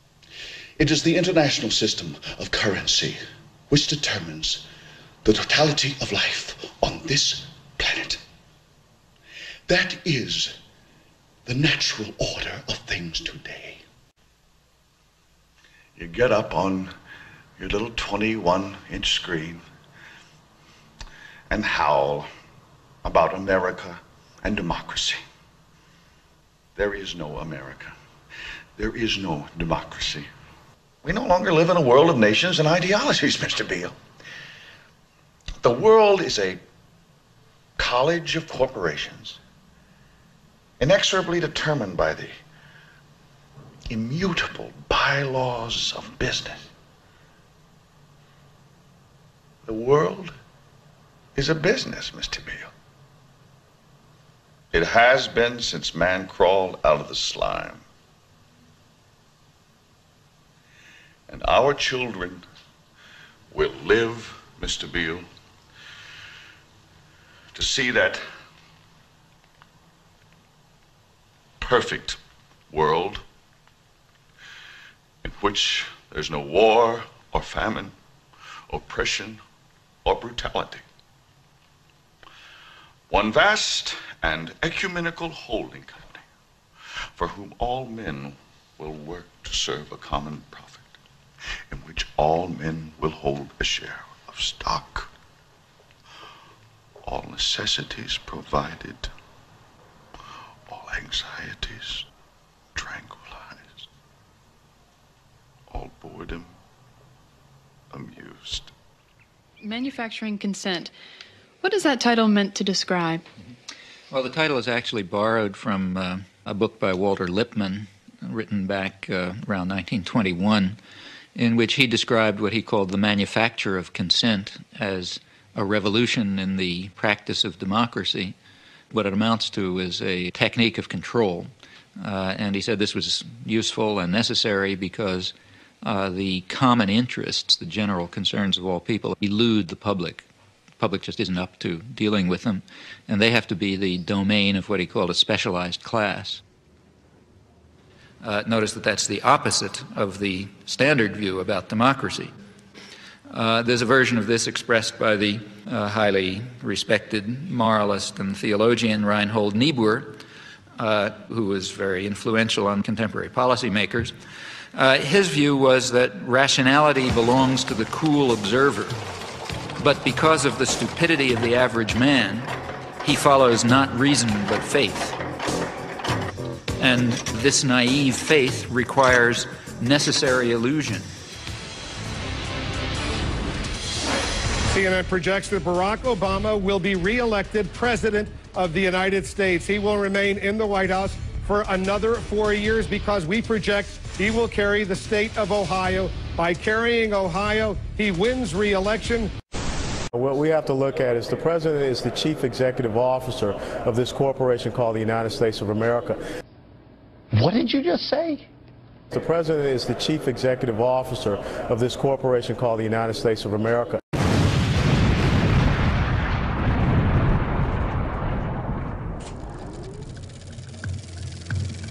What is a corporation? It is one form of business ownership. It's a group of individuals working together to serve a variety of objectives, the principal one of which is earning large, growing, sustained, legal returns for the people who own the business. Corporations are artificial creations. You might say they're monsters trying to devour as much profit as possible at anyone's expense. The Founding Fathers of the United States desired people to have the right to life, liberty, and property, along with the free will to enjoy them and the responsibility to respect the rights of others. After fighting their revolution for freedom from colonialism, the founders were intelligent enough to retain a healthy fear of the similar threats posed by corporate power and wisely limited corporations exclusively to a business role. In the United States of America, up until around the mid to late 1800s, in order to create a company or corporation, you would have to go through the arduous process of earning a charter from a particular state, which was both limited in duration and function, needing to be renewed, but also subject to rules, regulations, and heavy taxes. They were also mandated to serve the public interest, with profit being the result to shareholders who were part of the public. If they exceeded their authority, went against their charter, or went against the public interest, a corporation's charter could be revoked, rendering it invalid, and essentially destroying it in the legal sense. The concept of corporate personhood came about around this time, which quickly gained popularity with business leaders. The 14th Amendment was passed at the end of the Civil War to give equal rights to black people. And therefore, it said no state can deprive any person of life, liberty, or property without due process of law. And that was intended to prevent the states from taking away life, liberty, or property from black people, as they had done for so much of our history. And what happens is the corporations come into court, and corporation lawyers are very clever, and they say, oh, you can't deprive a person of life, liberty, or property. We are a person. A corporation is a person. And the Supreme Court goes along with that. Everybody makes a mistake once in a while. Well, maybe you better incorporate the store. Incorporate? Yes, incorporating would give you the big advantage of what you want right now. Limited liability. Look, here's how it works. You start with a group of people who want to invest their money in a company. Then these people apply for a charter as a corporation. The state government issues a charter to that corporation. Now that corporation operates legally as an individual person. It is not a group of people. It is under the law a legal person. Imperial Steel Incorporated has many of the legal rights of a person. It can buy and sell property. It can borrow money. It can sue in court and be sued. It carries on a business. Imperial Steel, along with thousands of other legal persons, is a part of our daily living. It is a member of our society. In '47, they wrote a letters patent creating the office of Governor General. The Governor General is the head of this country. Governor General's Act. You go to a Canadian government website and you can actually look up the acts. Okay, you look up the Governor General's Act. And in there, Clause 1, or Clause 2 says, the Governor General of Canada or other Chief Executive Officer, CEO, CEOs are for companies, or administrator carrying on the Government of Canada on behalf and in the name of the sovereign, by whatever title designated is a corporation sole. Okay, a corporation sole is a corporation, except that there's only one individual that holds that title or owns that corporation. Corporation soles actually are used all over the place. The Pope, the office of the Pope is a corporation sole. The office of the King is a corporation sole. The Governor General, Lieutenant Governors, the Catholic Church, all of their bishops and archbishops and cardinals, they all hold corporation soles. Take a look at the U.S. Securities and Exchange Commission. You type in the word Canada, it's listed there. Canada actually has to file with the U.S. Securities and Exchange Commission every year. On the Security Exchange Commission in New York, you will find that Canada is registered as a corporation. This corporation lists income tax payments as a stream of revenue for them, and they advertise this, they publish this information. The United Kingdom is a corporation. Now, up till February of last year, it was United Kingdom PLC. In February, and it's dissolved, and they've never, ever published their accounts. If you want to check that out, go on Companies House, because it's there. On Dun & Bradstreet, they're now registered as United Kingdom Corporation Limited. We'll go to Republican. Marty is joining us from California. Go ahead, Marty. Yes, sir. I was wondering if you were aware of the Act of 1871. I'm not aware of any particular act in 1871. Is there something that you're referring to in particular? With no constitutional authority to do so, Congress created a separate form of government for the District of Columbia. It took our organic Constitution and replaced it with a corporate Constitution. So America is not even a country, it's a corporation. And that's what this healthcare is about. Control of our schools, our food, everything, every control aspect of our life is under this. And people need to wake up. This is not a bill for the people. This is not even a country, and people need to look into this. This is a corporation. The United States is a corporation, and it's all for the corporations. Mr. Brown. I wasn't around in 1871, so I'm not deeply familiar with what the caller is referring to, or the issue of whether or not we're a corporation. So how did we get into this mess? When we were being formed as colonies, it took a lot of money to get all the supplies and ships and everything over here to form the 13 colonies. British bankers and the British Crown put up a lot of dough.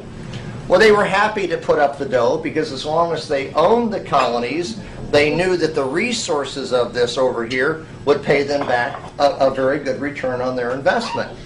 But when we broke away from them, now they had no return on their investment, and they had a legitimate claim of debt against us.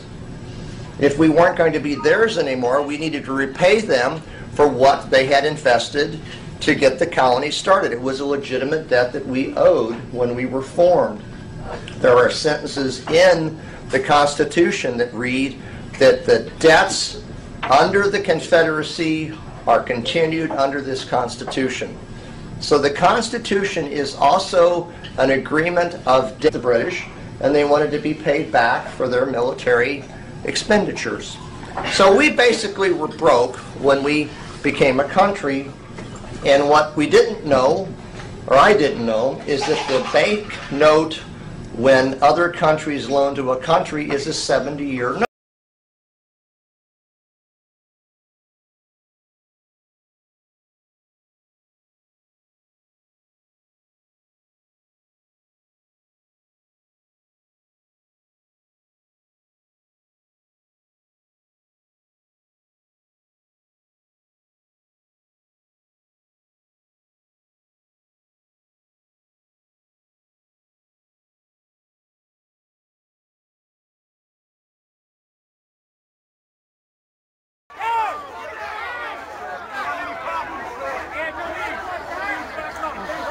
You are the problem! You are the problem! You don't want any problem, you are the problem! You know they indict cops nowadays.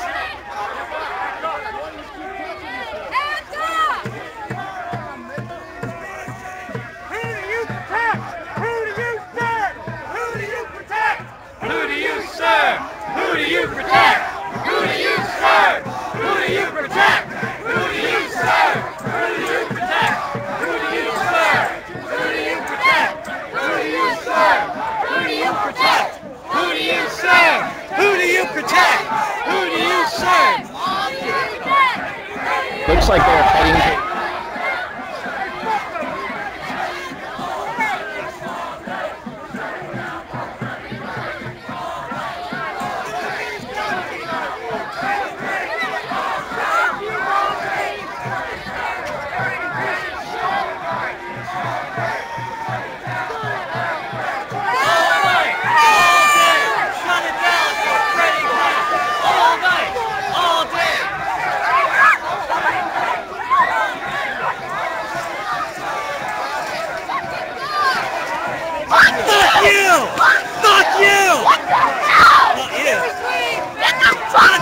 Piece of shit, pig! They indict cops nowadays! Out of here! They indict cops nowadays! Get the fuck out of here! They did gas boats.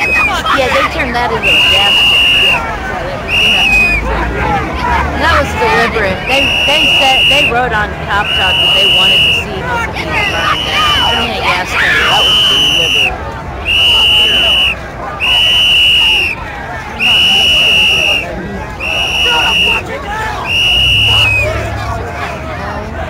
Actually being much less aggressive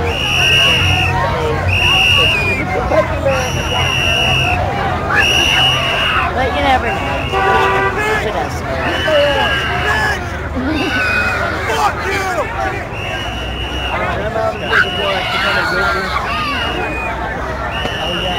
Yeah. No conflicts, right? Hi, bro. What he means is he sees it happen and he also keeps it So to say, I fully support everyone throwing shit at the cops right now. Oh, so he doesn't want to be a witness. Yeah, he doesn't. Got it. Smart lawyer. Really, really good. I'm trying to remember his name. I have Joe it. Wells. Joe Wells. Yeah, I have his card. I have his card. If anyone has any drug crimes, they should definitely contact him.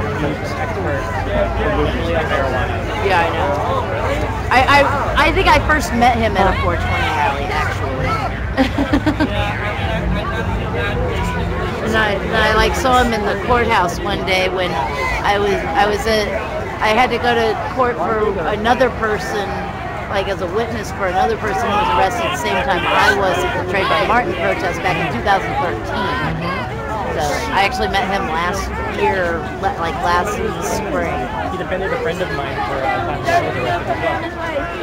We just try to get home. Yeah. Okay, let's get over. We gotta get this.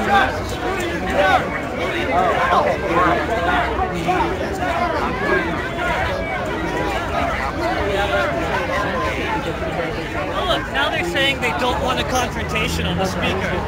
Why did they fucking start a confrontation if they... Yeah. Now that the police realize that they picked a fight they can't fucking win, they don't want a confrontation. That's exactly what's going on right now. Look, they sprayed him! Fuckers! Fucking pigs! Right?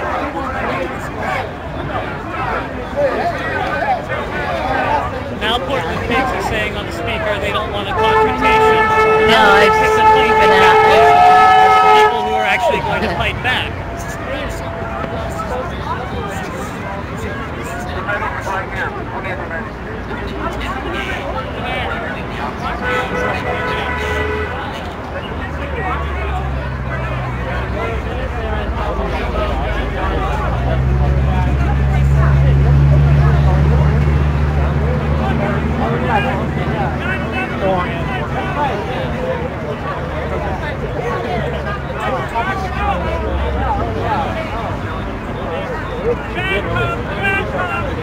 Maybe you should knock that guy over. What do you think?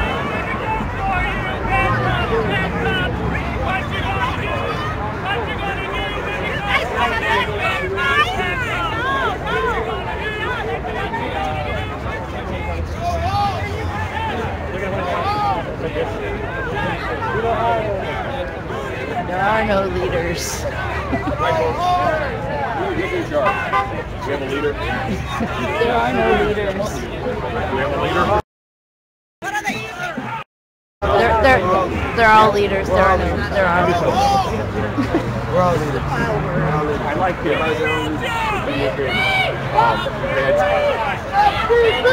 Fuck the police!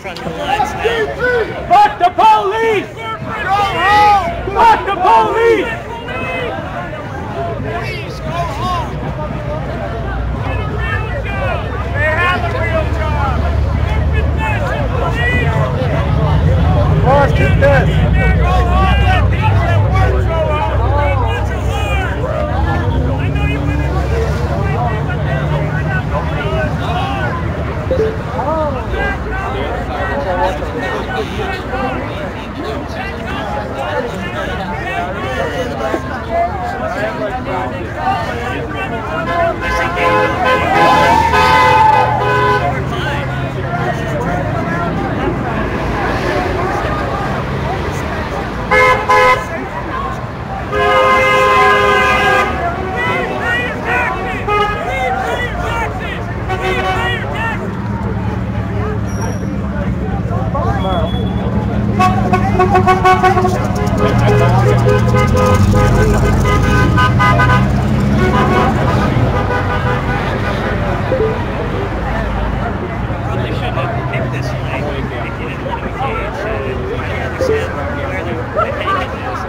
Like, if you don't pick a fight with people who are fighting you, then you don't have to disengage. Does that make sense? Like, do you grasp that? Like, don't start nothing won't be nothing. You know? But you attack people and then you set up a phalanx of soldiers. That's actually engaging. I wish they'd stop giving me evidence of how the way you disengage is how they treat protests, whether they're predominantly black or predominantly just like white. that. You disengage just one keep step. proving my theory. Very good. You disengage one step.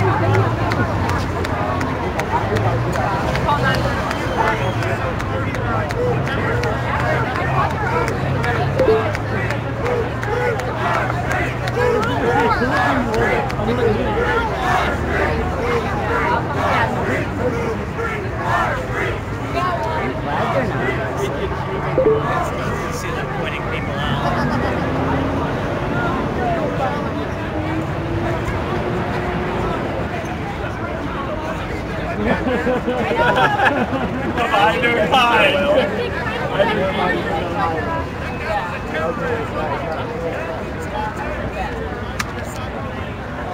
Would y'all like to chant?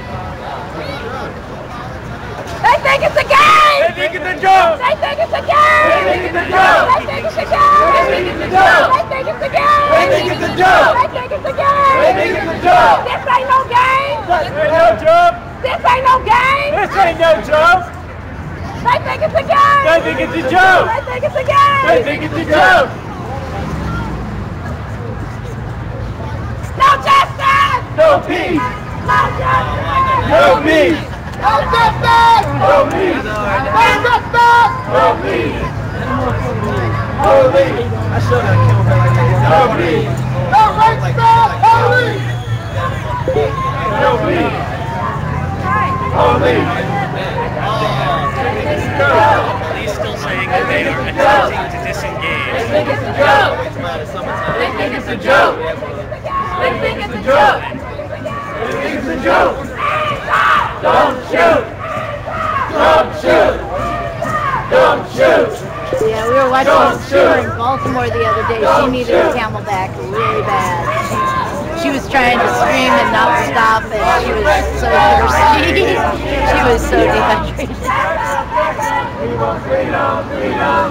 Yeah, it's getting close to sandwich time. We want freedom, freedom! All you racists, we don't need them, need them! I had to really late lunch. We want freedom, freedom! We don't need them, need them!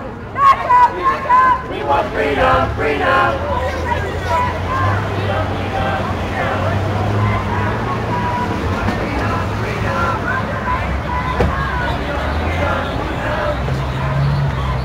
How many? Oh gosh, how many cars do they have?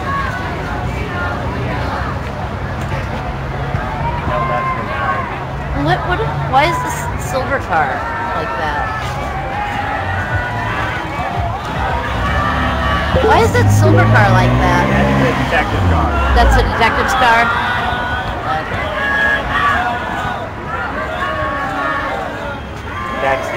That's the jump out of the cars and grab you. Yeah, yeah. Got the van. 3, 5, 6. At least 7 or 8. 8 for certain. 8.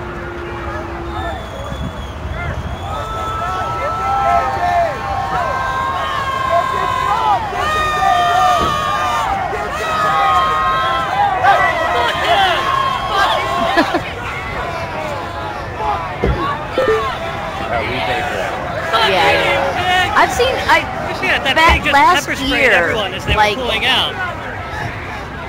maybe September. I saw a fireman in Ferguson. Oh wow! Okay. In August, I actually saw police do it. No justice, no peace. Fuck the police. Highway patrol in the beginning was really in nice. the very beginning. Especially when they first came in. Before they tear gassed us for no reason. Well, the same You sons of bitches! Kansas City came in. And some of those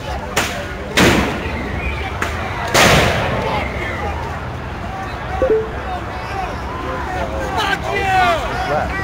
Yeah, they did. What else do you got? We already saw them. There's still a few of them. They're keeping them in. Yeah, there's still a few of them.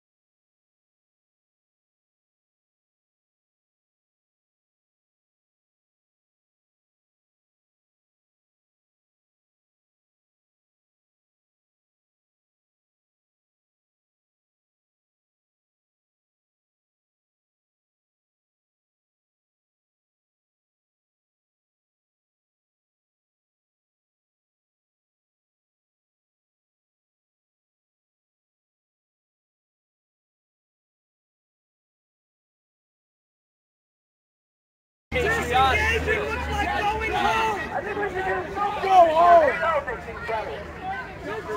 I would kill for Andy Griffith right now.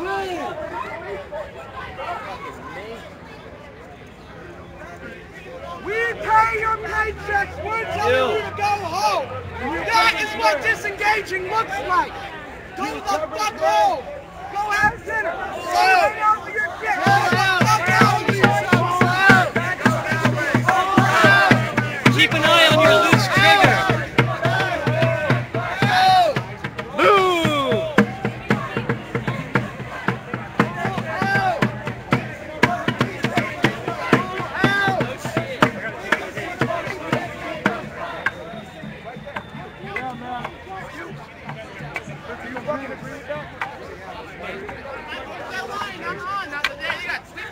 Careful though, they've been lying to people all day, so.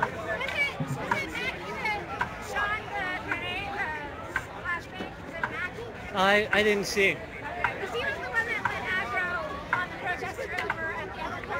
Oh yeah?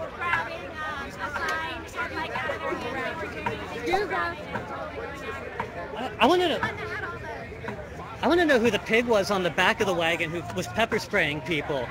That's some disengagement. What are you guys going to do about the loose cannon pig you were carrying who was pepper spraying people?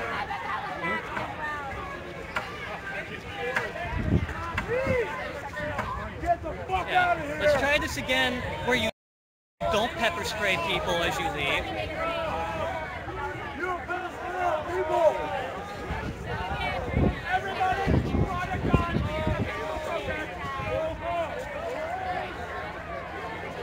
Did you get that? You get your marching orders, soldier?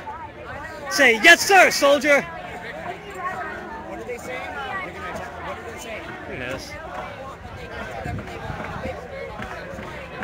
We said developing some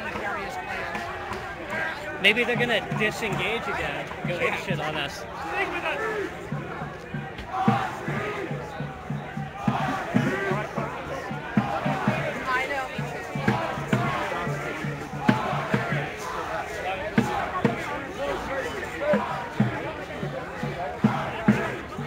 Just tell you guys, like, I saw that little bitch-ass spray for that one dude. That's what set it off. One person.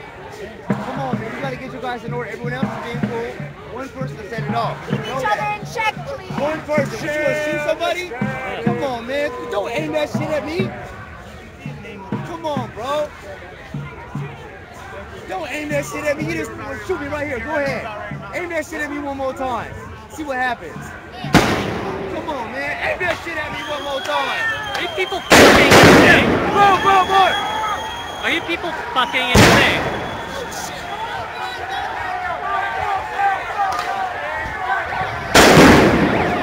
Yeah, we got our own shit. What's going on?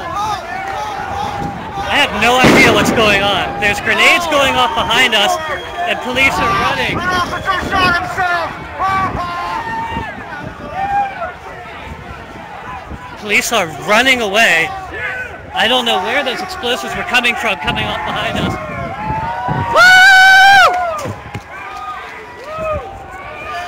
Woo! Police just ran the fuck off. Woo! No, I don't know. Who's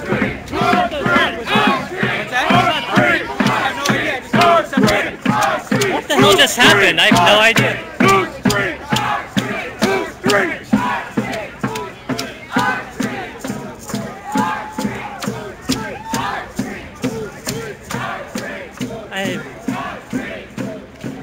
Apparently flashbang grenades went off in the middle of the protester crowd.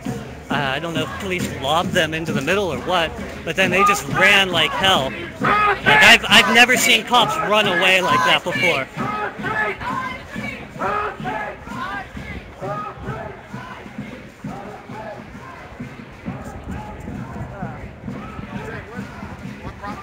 I don't know. Well, was that police flashbangs that blew up back here? Like they lobbed them into the crowd?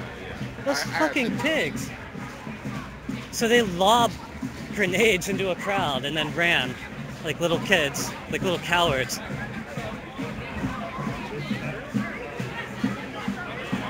Wow. All right. So flashbangs. The cops just ran away from this engagement.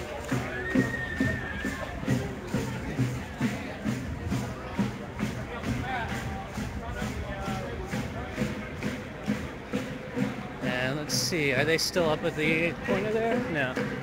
So I don't know where they're at anymore, but the police just apparently lobbed flashbang grenades into the middle of the crowd, and then while the crowd was distracted, they ran. Like they ran so fast that they were stumbling over each other. They ran in all directions. I've never seen cops run away like that before. It was actually a beautiful sight considering that this is the fucking Portland Police Bureau. What they do to people, what they do to protesters.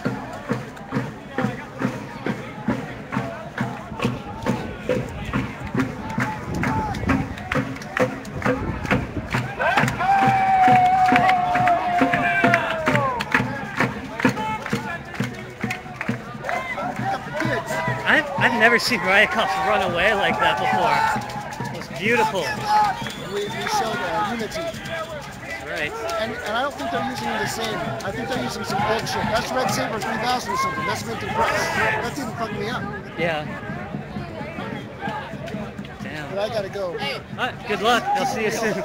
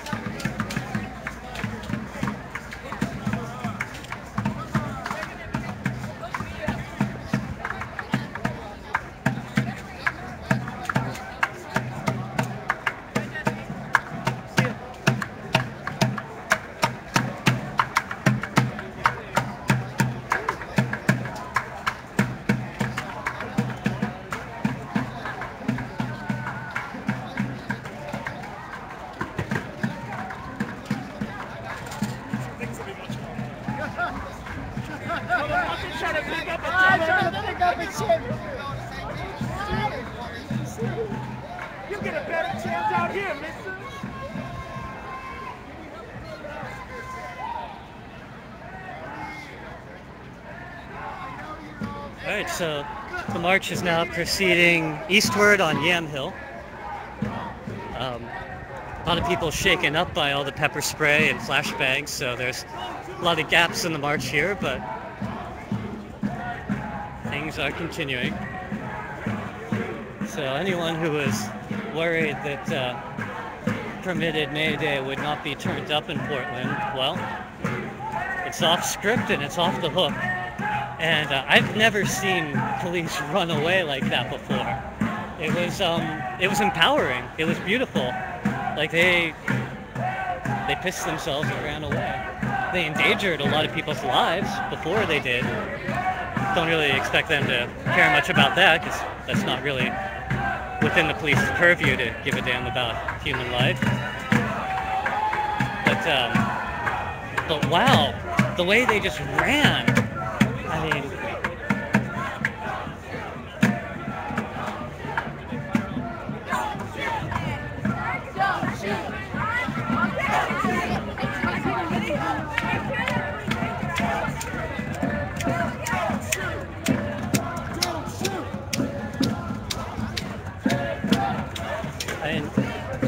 that last confrontation was entirely chosen by that one officer on the back of the troop transport van when he just like doused everyone with pepper spray. Like it was like, oh, okay, my last little fuck you to these crowd of people I don't like.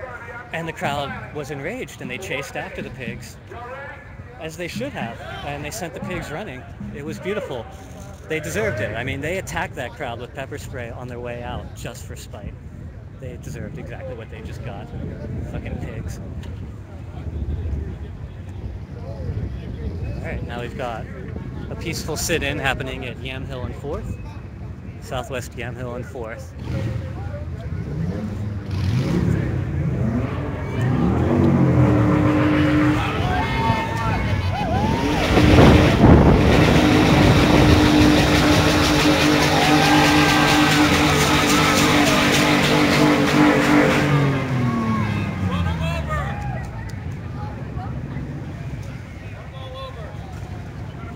Standing in the street to film because there are some people here who are trying to make some threatening noises with their vehicles. So I'll just stand here with my back to them. Oh, but wait, I might see more dangerous things on the other side.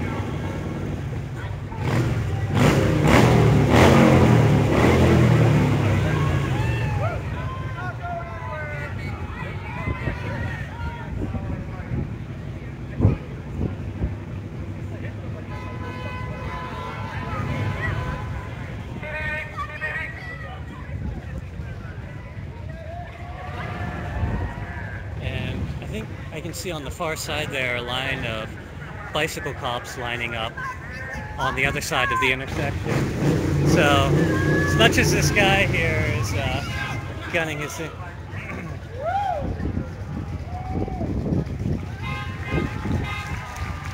well, he's not the story. I'm not going to engage. There's police on the other side, and police are far more dangerous than that guy is. So, on my camera over there.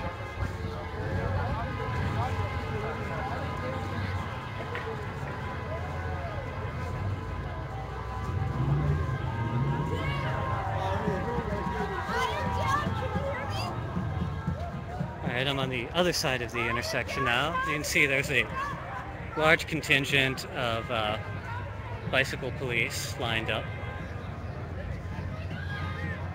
But they're just watching from about a block away. I guess they're trying to decide whether they feel like re-engaging before they say that they want to disengage again.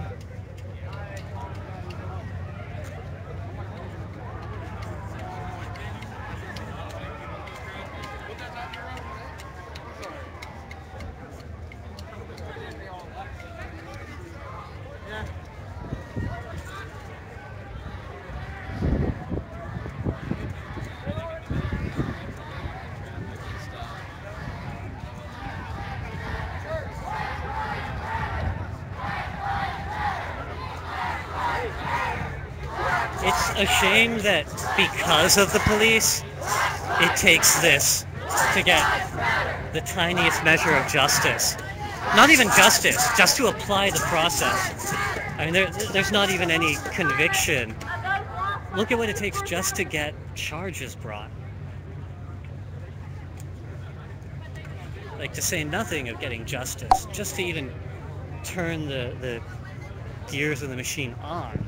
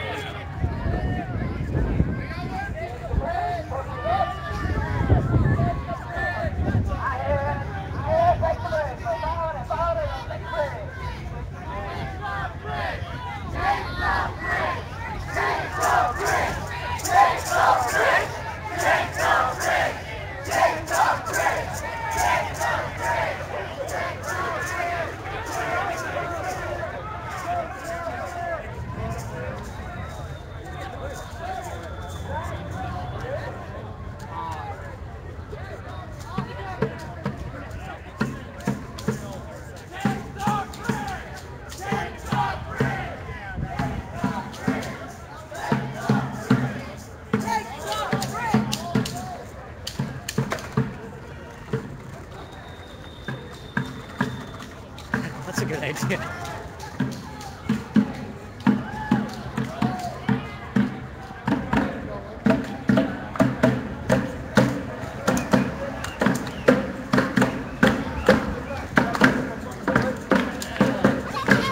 Nice. Man, can't really remember the last time I've seen a crowd feeling like this since the last time the Portland police flashbanged a protest, which was for the same cause, come to think of it. Funny how they'll deploy any armament, any amount of force, chemical weapons, blunt force trauma, flashbang grenades, to protect their right to murder people and to beat the shit out of people and to kidnap people and to file false charges against people and to run broad daylight fucking cartel conspiracies in this city and every other fucking city in the country. I mean, wouldn't you fight to protect that? If you were heavily armed domestic military, wouldn't you fight to protect your ability to be above the law and to harm anyone at will? Oh yeah, yeah. Hi, Brittany. Rock on. I love you. Awesome. Thank you for all the work you do. I've been watching you for years now. Oh, thank you. It's very useful. I appreciate that. Thank you.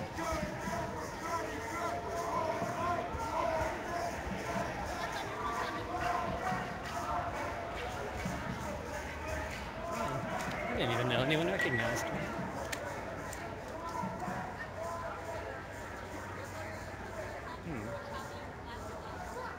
If he recognizes me, I wonder if the pigs do. Gulp. Now let's see how eager the pigs are going to be to re-engage this crowd.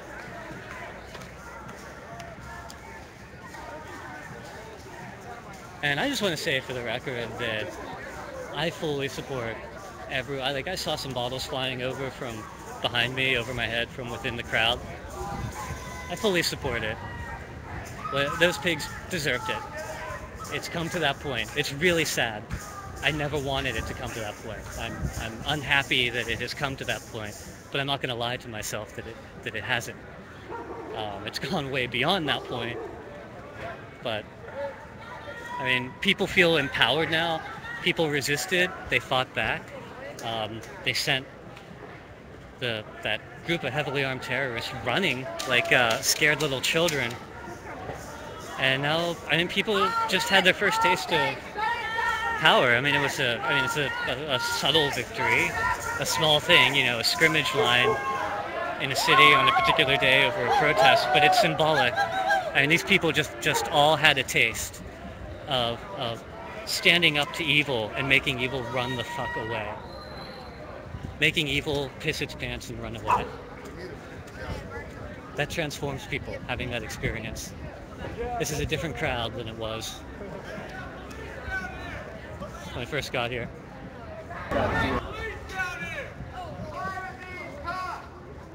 Apparently police are now tailing protesters.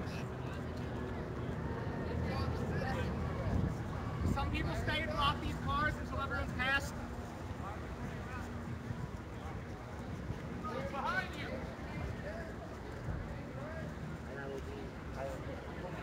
Is everyone heading back? I think people are heading back this way now. It's kind of confused though. Hold up.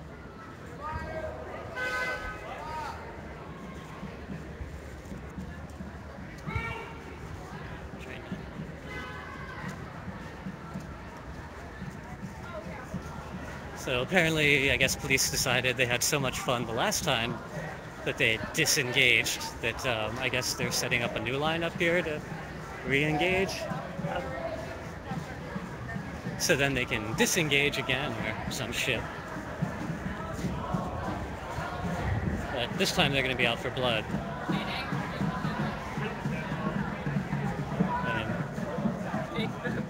We've seen police go completely apeshit on May Day. It can get scary real fast, and they'll run onto the sidewalk and just grab people at random, beat the shit out of them, and throw them into the street, and then arrest them for being in the street. I've seen it time and time again.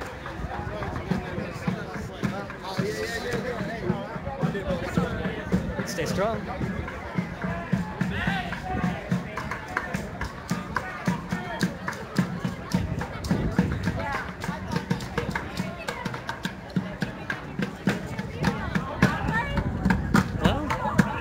That there was a police line up here, which is why people were sitting in, but that doesn't appear to be the case. And I'm not really 100% sure what is happening now, so I'm just going to kind of float around and see.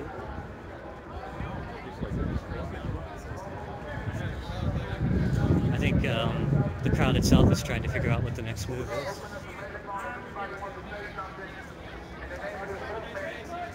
That opportunity. Put your hands together right now for Mr. Resurrect for y'all.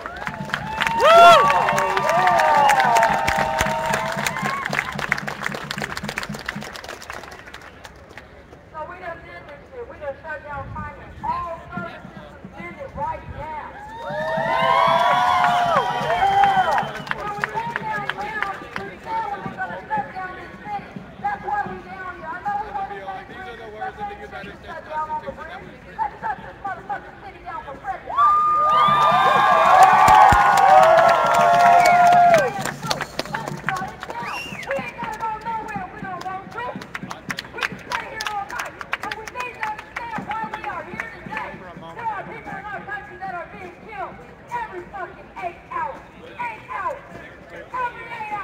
Every fucking 8 hours! Over 381 people have been killed already this year since January 1st. You can pull that up on killedbythepolice.net. Killedbypolice.net will show you down to the minute how many people in this country are being taken out on bond versus the people. Now, if we believe that they're supposed to protect the servers and then murder some servers that we like, then we have to fight and break this system.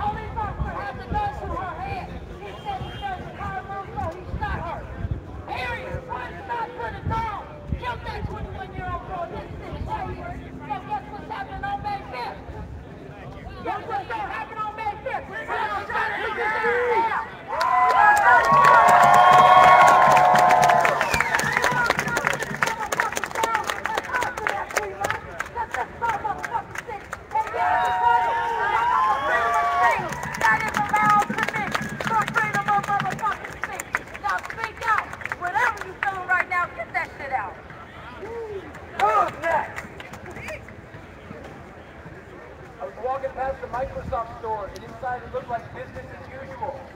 I think in the shadow of H&M and Eddie Bauer, I noticed a U-Haul truck that had an ad on the side that had part of their propaganda talking about the Underground Railroad. Corporate culture is dulling our sense of the past. They would try to change textbooks. We need to look at how all this business as usual that we're stopping parallels to what we're trying to do, and how we are all part of being enveloped by wanting to go buy stuff, and how it's hard to sustain when it's whole and you gotta go shopping, you gotta go out there. I think there's a real parallel. That's all I want to say. Thank you, man. That was a great point you just made, sir. Thank you, brother. You got another young man that wanted to speak on something he lost. Was Shamika Owens. Shamika Owens was a woman that worked at Madison High School and Bing Street Middle School, helping disenfranchised youth find their artistic potential. In 2007, when she asked an officer politely why it was that he was arresting a young black man on the mat, that officer decided that was worth breaking her arm and her skull. I don't know about you, but I am tired of the people I love and the people I know are helping this community die. The reason we are here has nothing to do with some selfish need to fulfill some anger inside of us. This is for all the bodies we've had to bury.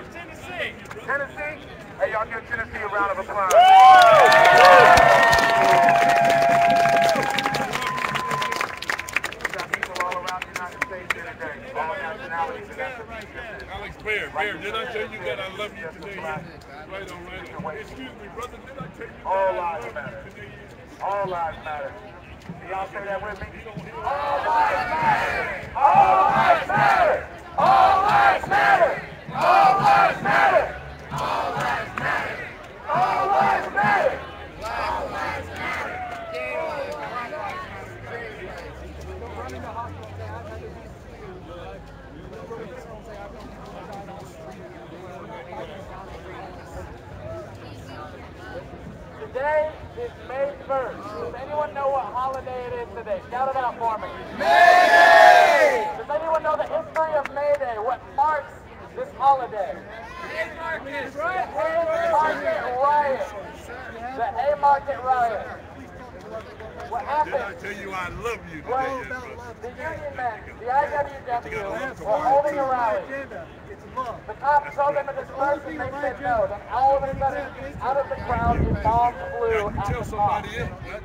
Injured several officers. So in retaliation, the cops shot back at the crowd. Injured 72, killed 13. The police are the enemy of everyone. Everyone here today. It does not matter the color of your skin. It does not matter your class. Cops are the enemy. They will kill you for the color of your skin. They will break the stripes for your class. They will do whatever it takes to maintain the status quo. And that is why we are here. Not for feeling better. We're not feeling better. We're angry. We're frustrated. We're here to say no more and no less. No more cops. No more state, and no more murdering of our children. That's what we're here. So, one of the martyrs of the Haymarket Affair had this to say. This is Louis Ling, and this was his speech to the court when he was sentenced to death. I die happy on the gallows. So confident am I that the hundreds of thousands to whom I have spoken will remember my words. When you shall have hanged us, then they will do the bomb throwing. In this hope, do I say to you, I despise you. I despise your order, your laws, your force, plus authority. Hang me for it.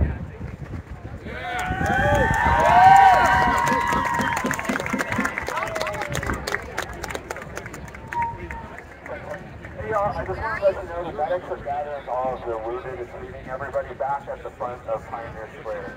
So what we need more mail-offs, we need more gauze, bandages, so we can bring it over there. Also, I remember when we were out there with about 13 people for Troy Davis.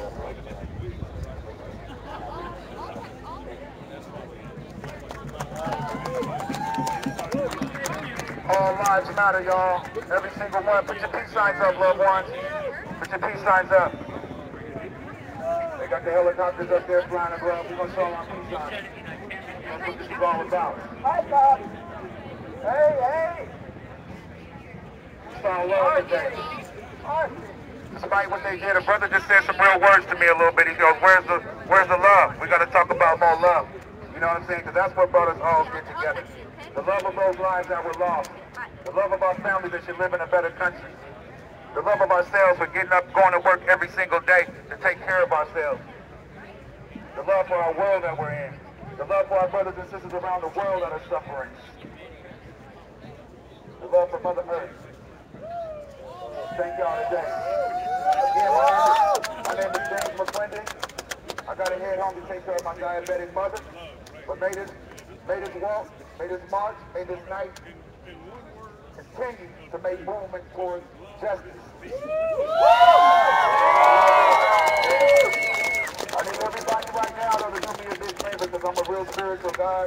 I don't care what religion you might be in, but I know that we all got God in our hearts and soul today. So I just want to give God his thanks, and if we all bow our heads, please. Lord, we humbly thank you, Father, for the strength that you give us and the courage that you give us every day to rid the wrong of this world that you blessed us with, Father. We ask that you continue to strengthen us, guide us, lead us, and protect us, Father. Be our staff, be our shield. And may these ignorant ones, these evil ones that wish ill feeling towards us, Father, reap what they sow. And may your true children raise above, and let the love continue to shine, and we're going to continue to fight for justice. Y'all give me guys a big round of applause for God. Give the Lord a round of applause, y'all. We wouldn't be here without him. You know, we wouldn't be here without him. Point to the sky one time for me for all the loved ones in paradise that we lost to police violence. They up there looking down, they're proud of us today. They're proud of us today, y'all. Y'all have a great rest of the march. I got to head and take care of the family, but God bless each and every one of you.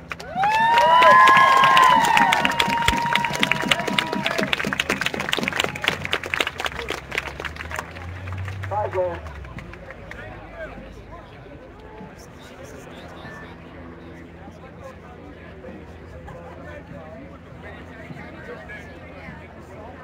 Got a speaker, got a speaker. Here he comes.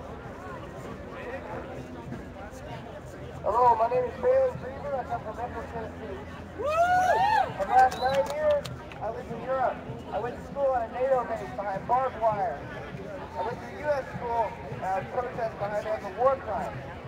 I got escorted off the base as a terrorist. And what I love more now is to see me come back to my homeland. Everyone gathered together. Fight this fascist, imperialist money game. I don't want to see police with armor out there on the street with flashbangs protecting dollar signs when our people are out here marching and fighting for what's right for everyone. I don't want to see any billy clubs. We don't need guns or any of that. We need to hug every police officer because I love everyone. We're here for each other and we need to stand together strong. Thank everyone for coming out.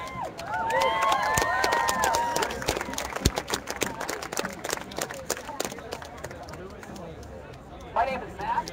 6 months ago I was released from prison. I did 3 years and 10 months behind bars. I'm free now. But let me tell you what I learned. 3 years and 10 months of watching minorities beat down, watching correctional officers doing unthinkable things to people. Men sit on the roofs with guns. When you get inside a medium security prison, the first thing you got to do is sign a piece of paper that says, I understand us. That's the very first thing I had. Here we go. So, you look around all these shopping places, malls, Apple Store there. People run a system called it freedom, called the free market. The idea is that somehow this is the natural order of things, right? But we see today what it actually takes to enforce that, to keep that in place, right? They claim that this is just the way people naturally interact without the heavy hand of the state. Does that state hand today look very light? No. No. See, that's where the violence is. They try to portray what's happening in Baltimore right now as violence, broken windows, street fires here and there. How many lives have been taken by the protesters? And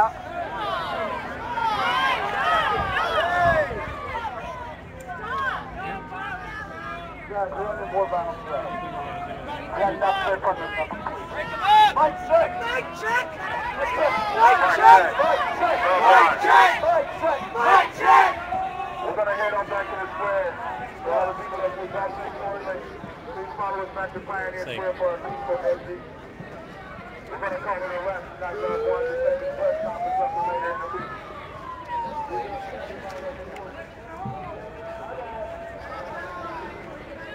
Looks like some random guy rolled up and tried to pick a fight with one of the protesters.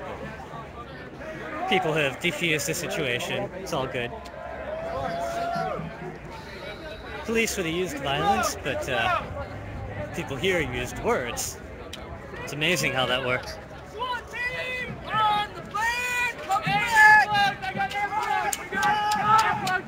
Report that the SWAT team is on their way.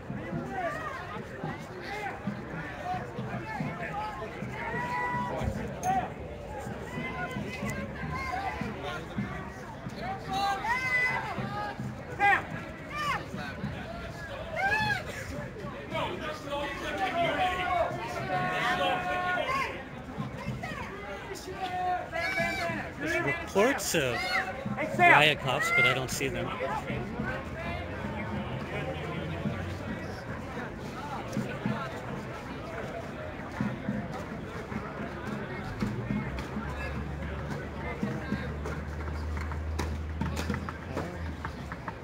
Man, and we thought that this was going to be boring, didn't we? You could tell the moment it left from the Justice Center. The moment it left from the Justice Center, and we kind of went in two separate directions. And like, yes, pretty cool. I watched your live stream today to find out where. Oh yeah? Awesome. Like, where are they? That's why I call out the intersections. It's intel. What sucks is I had a really important meeting across town at 6 o'clock, but I couldn't even go to because we shut down the bridge that my bus had to go on. Well, Protesting goes wrong. Now you have an excuse to be here, right? Like, oh, I tried to go to work. I did. I really want to go to that meeting bad. Pepper spray for my first time. Oh yeah. I can't believe I didn't The get first any. one's free. I can't believe they lobbed flashbangs into the middle of the crowd like that. And then did you see it? Like they looked like little, like scared bitches. Man, I tried to kick that flash grenade. Tried to kick it back at him, but I was just a second too slow, man. Man, how about that guy who tried to throw the metal chair at them at like point blank range? Someone tried to throw a chair? At like point blank range. They doused him though with pepper spray. He got it bad. That'd be pretty fun. Just like you know that game you play where you shoot water? Yeah. That's what I tried to kick. I recognize the air. Oh man, I ripped Ganji a new one earlier. I can blow your fucking foot up, Jesse. Antonio? I ripped a new one earlier. Just fucking unloaded on him. Sorry, drama. Defense of me? I mean that and the fact that like the internet bullying, the fact that they're sending people around to get statements from us. What do you say? Ben and Jerry's guy totally brought out cups of milk. Seriously? Not even shitting you. He was like bringing out cups of milk. It was cool as shit. For Yeah, for pepper spray victims. Nice. Ben and Jerry's knows what's up. So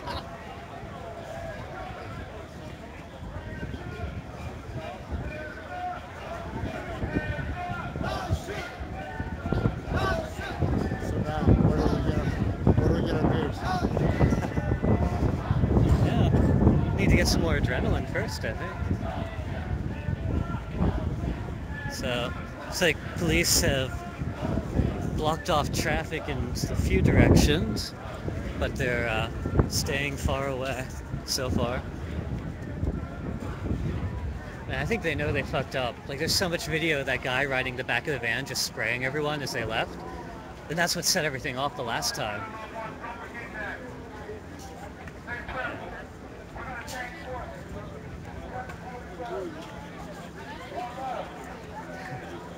I can feel like the ice every time I pass him.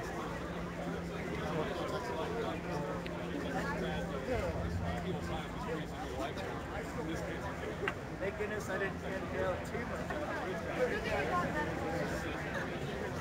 That's why I just dipped down. I just held my hand up. I was like, somebody here. Looks like we're coming up on the 3-hour mark on this stream here. So they've been I started this right whenever the May Day, this May Day march started. If you check in my archive, there's the earlier unpermitted march that fed into this one.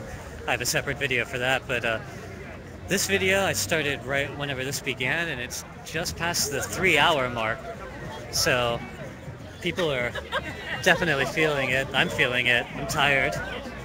But there's still a lot of morale, a lot of energy. So we'll see what happens next year. We're all posted up in Pioneer Square now, and the police, you can see them off in various directions, like blocking traffic, like regular officers, but no sign of the special weapons team anywhere. CERT, as we call it in Portland, S-E-R-T.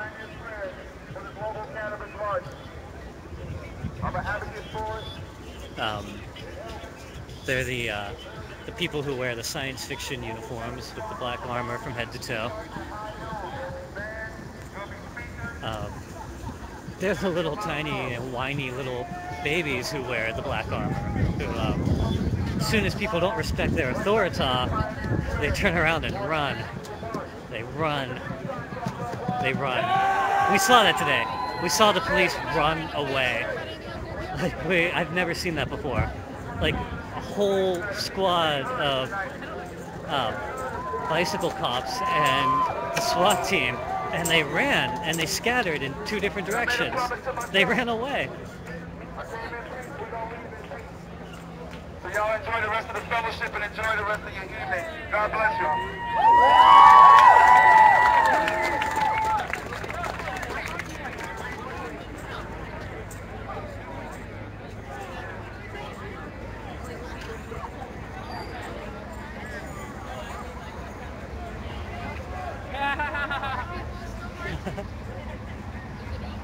There's a puppy who's joined the march.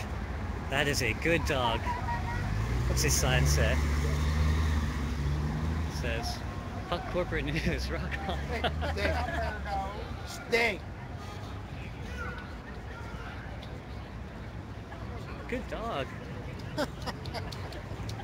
Good dog. All right, so it sounds like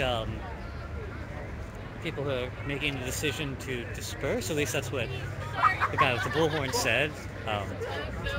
We'll see if everyone goes along with that or not. Hey, how are you? Good. How are you doing? Good. Good to see you. Good to see you out again. Yeah.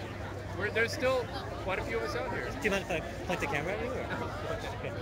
Do you mind if I ask? Like, when we passed that 24-hour fitness, it was kind of like that chill, you know? Like, do you feel that? I guess that's not a very journalistic question, but yeah. I still remember that night. Yeah. I still sometimes when I'm walking past there, yeah. And you're still coming out, getting pepper sprayed and flashbanged. Absolutely. Yes.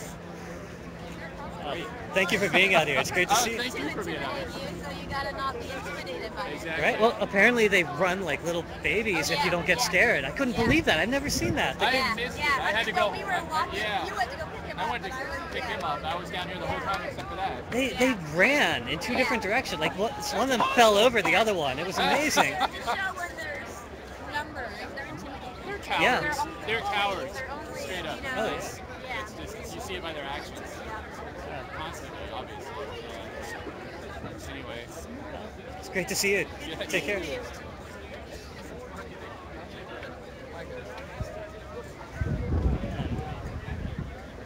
All right, folks. Well, I guess this is about the point where people begin to disperse. If anything kind of rises from the ashes here, I'll go back live. But at this point, I'm just going to walk up here on the steps to get an higher perspective shot of the march, and then I think I'm going to sign off. I can't really see what time it is, unfortunately. I got the new Ustream app. I'm still learning how to use it, but I imagine it's probably past curfew in Baltimore by now. So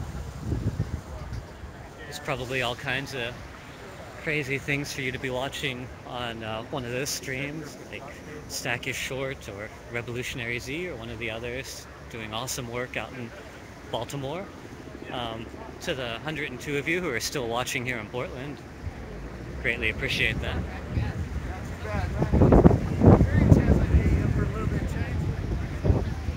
Alright folks, that's about it for now, so I think I'm going to go and get some water and something to eat, much needed. And if anything develops from this, if there's a... I enjoyed your trolling last night so much that it was They just needed to be mocked, you know? Sometimes people just need to be mocked. It's the secret is a couple cans of Rainier, you know? It's just, yeah, it does the trick. See you later. Of course, there were some people who took my ranting last night literally, so had some splaining to do today. But anyhow, that's neither here nor there. Alright, thanks for watching. This is Jesse Haddon for whatever the fuck this is, signing off. Thanks for watching.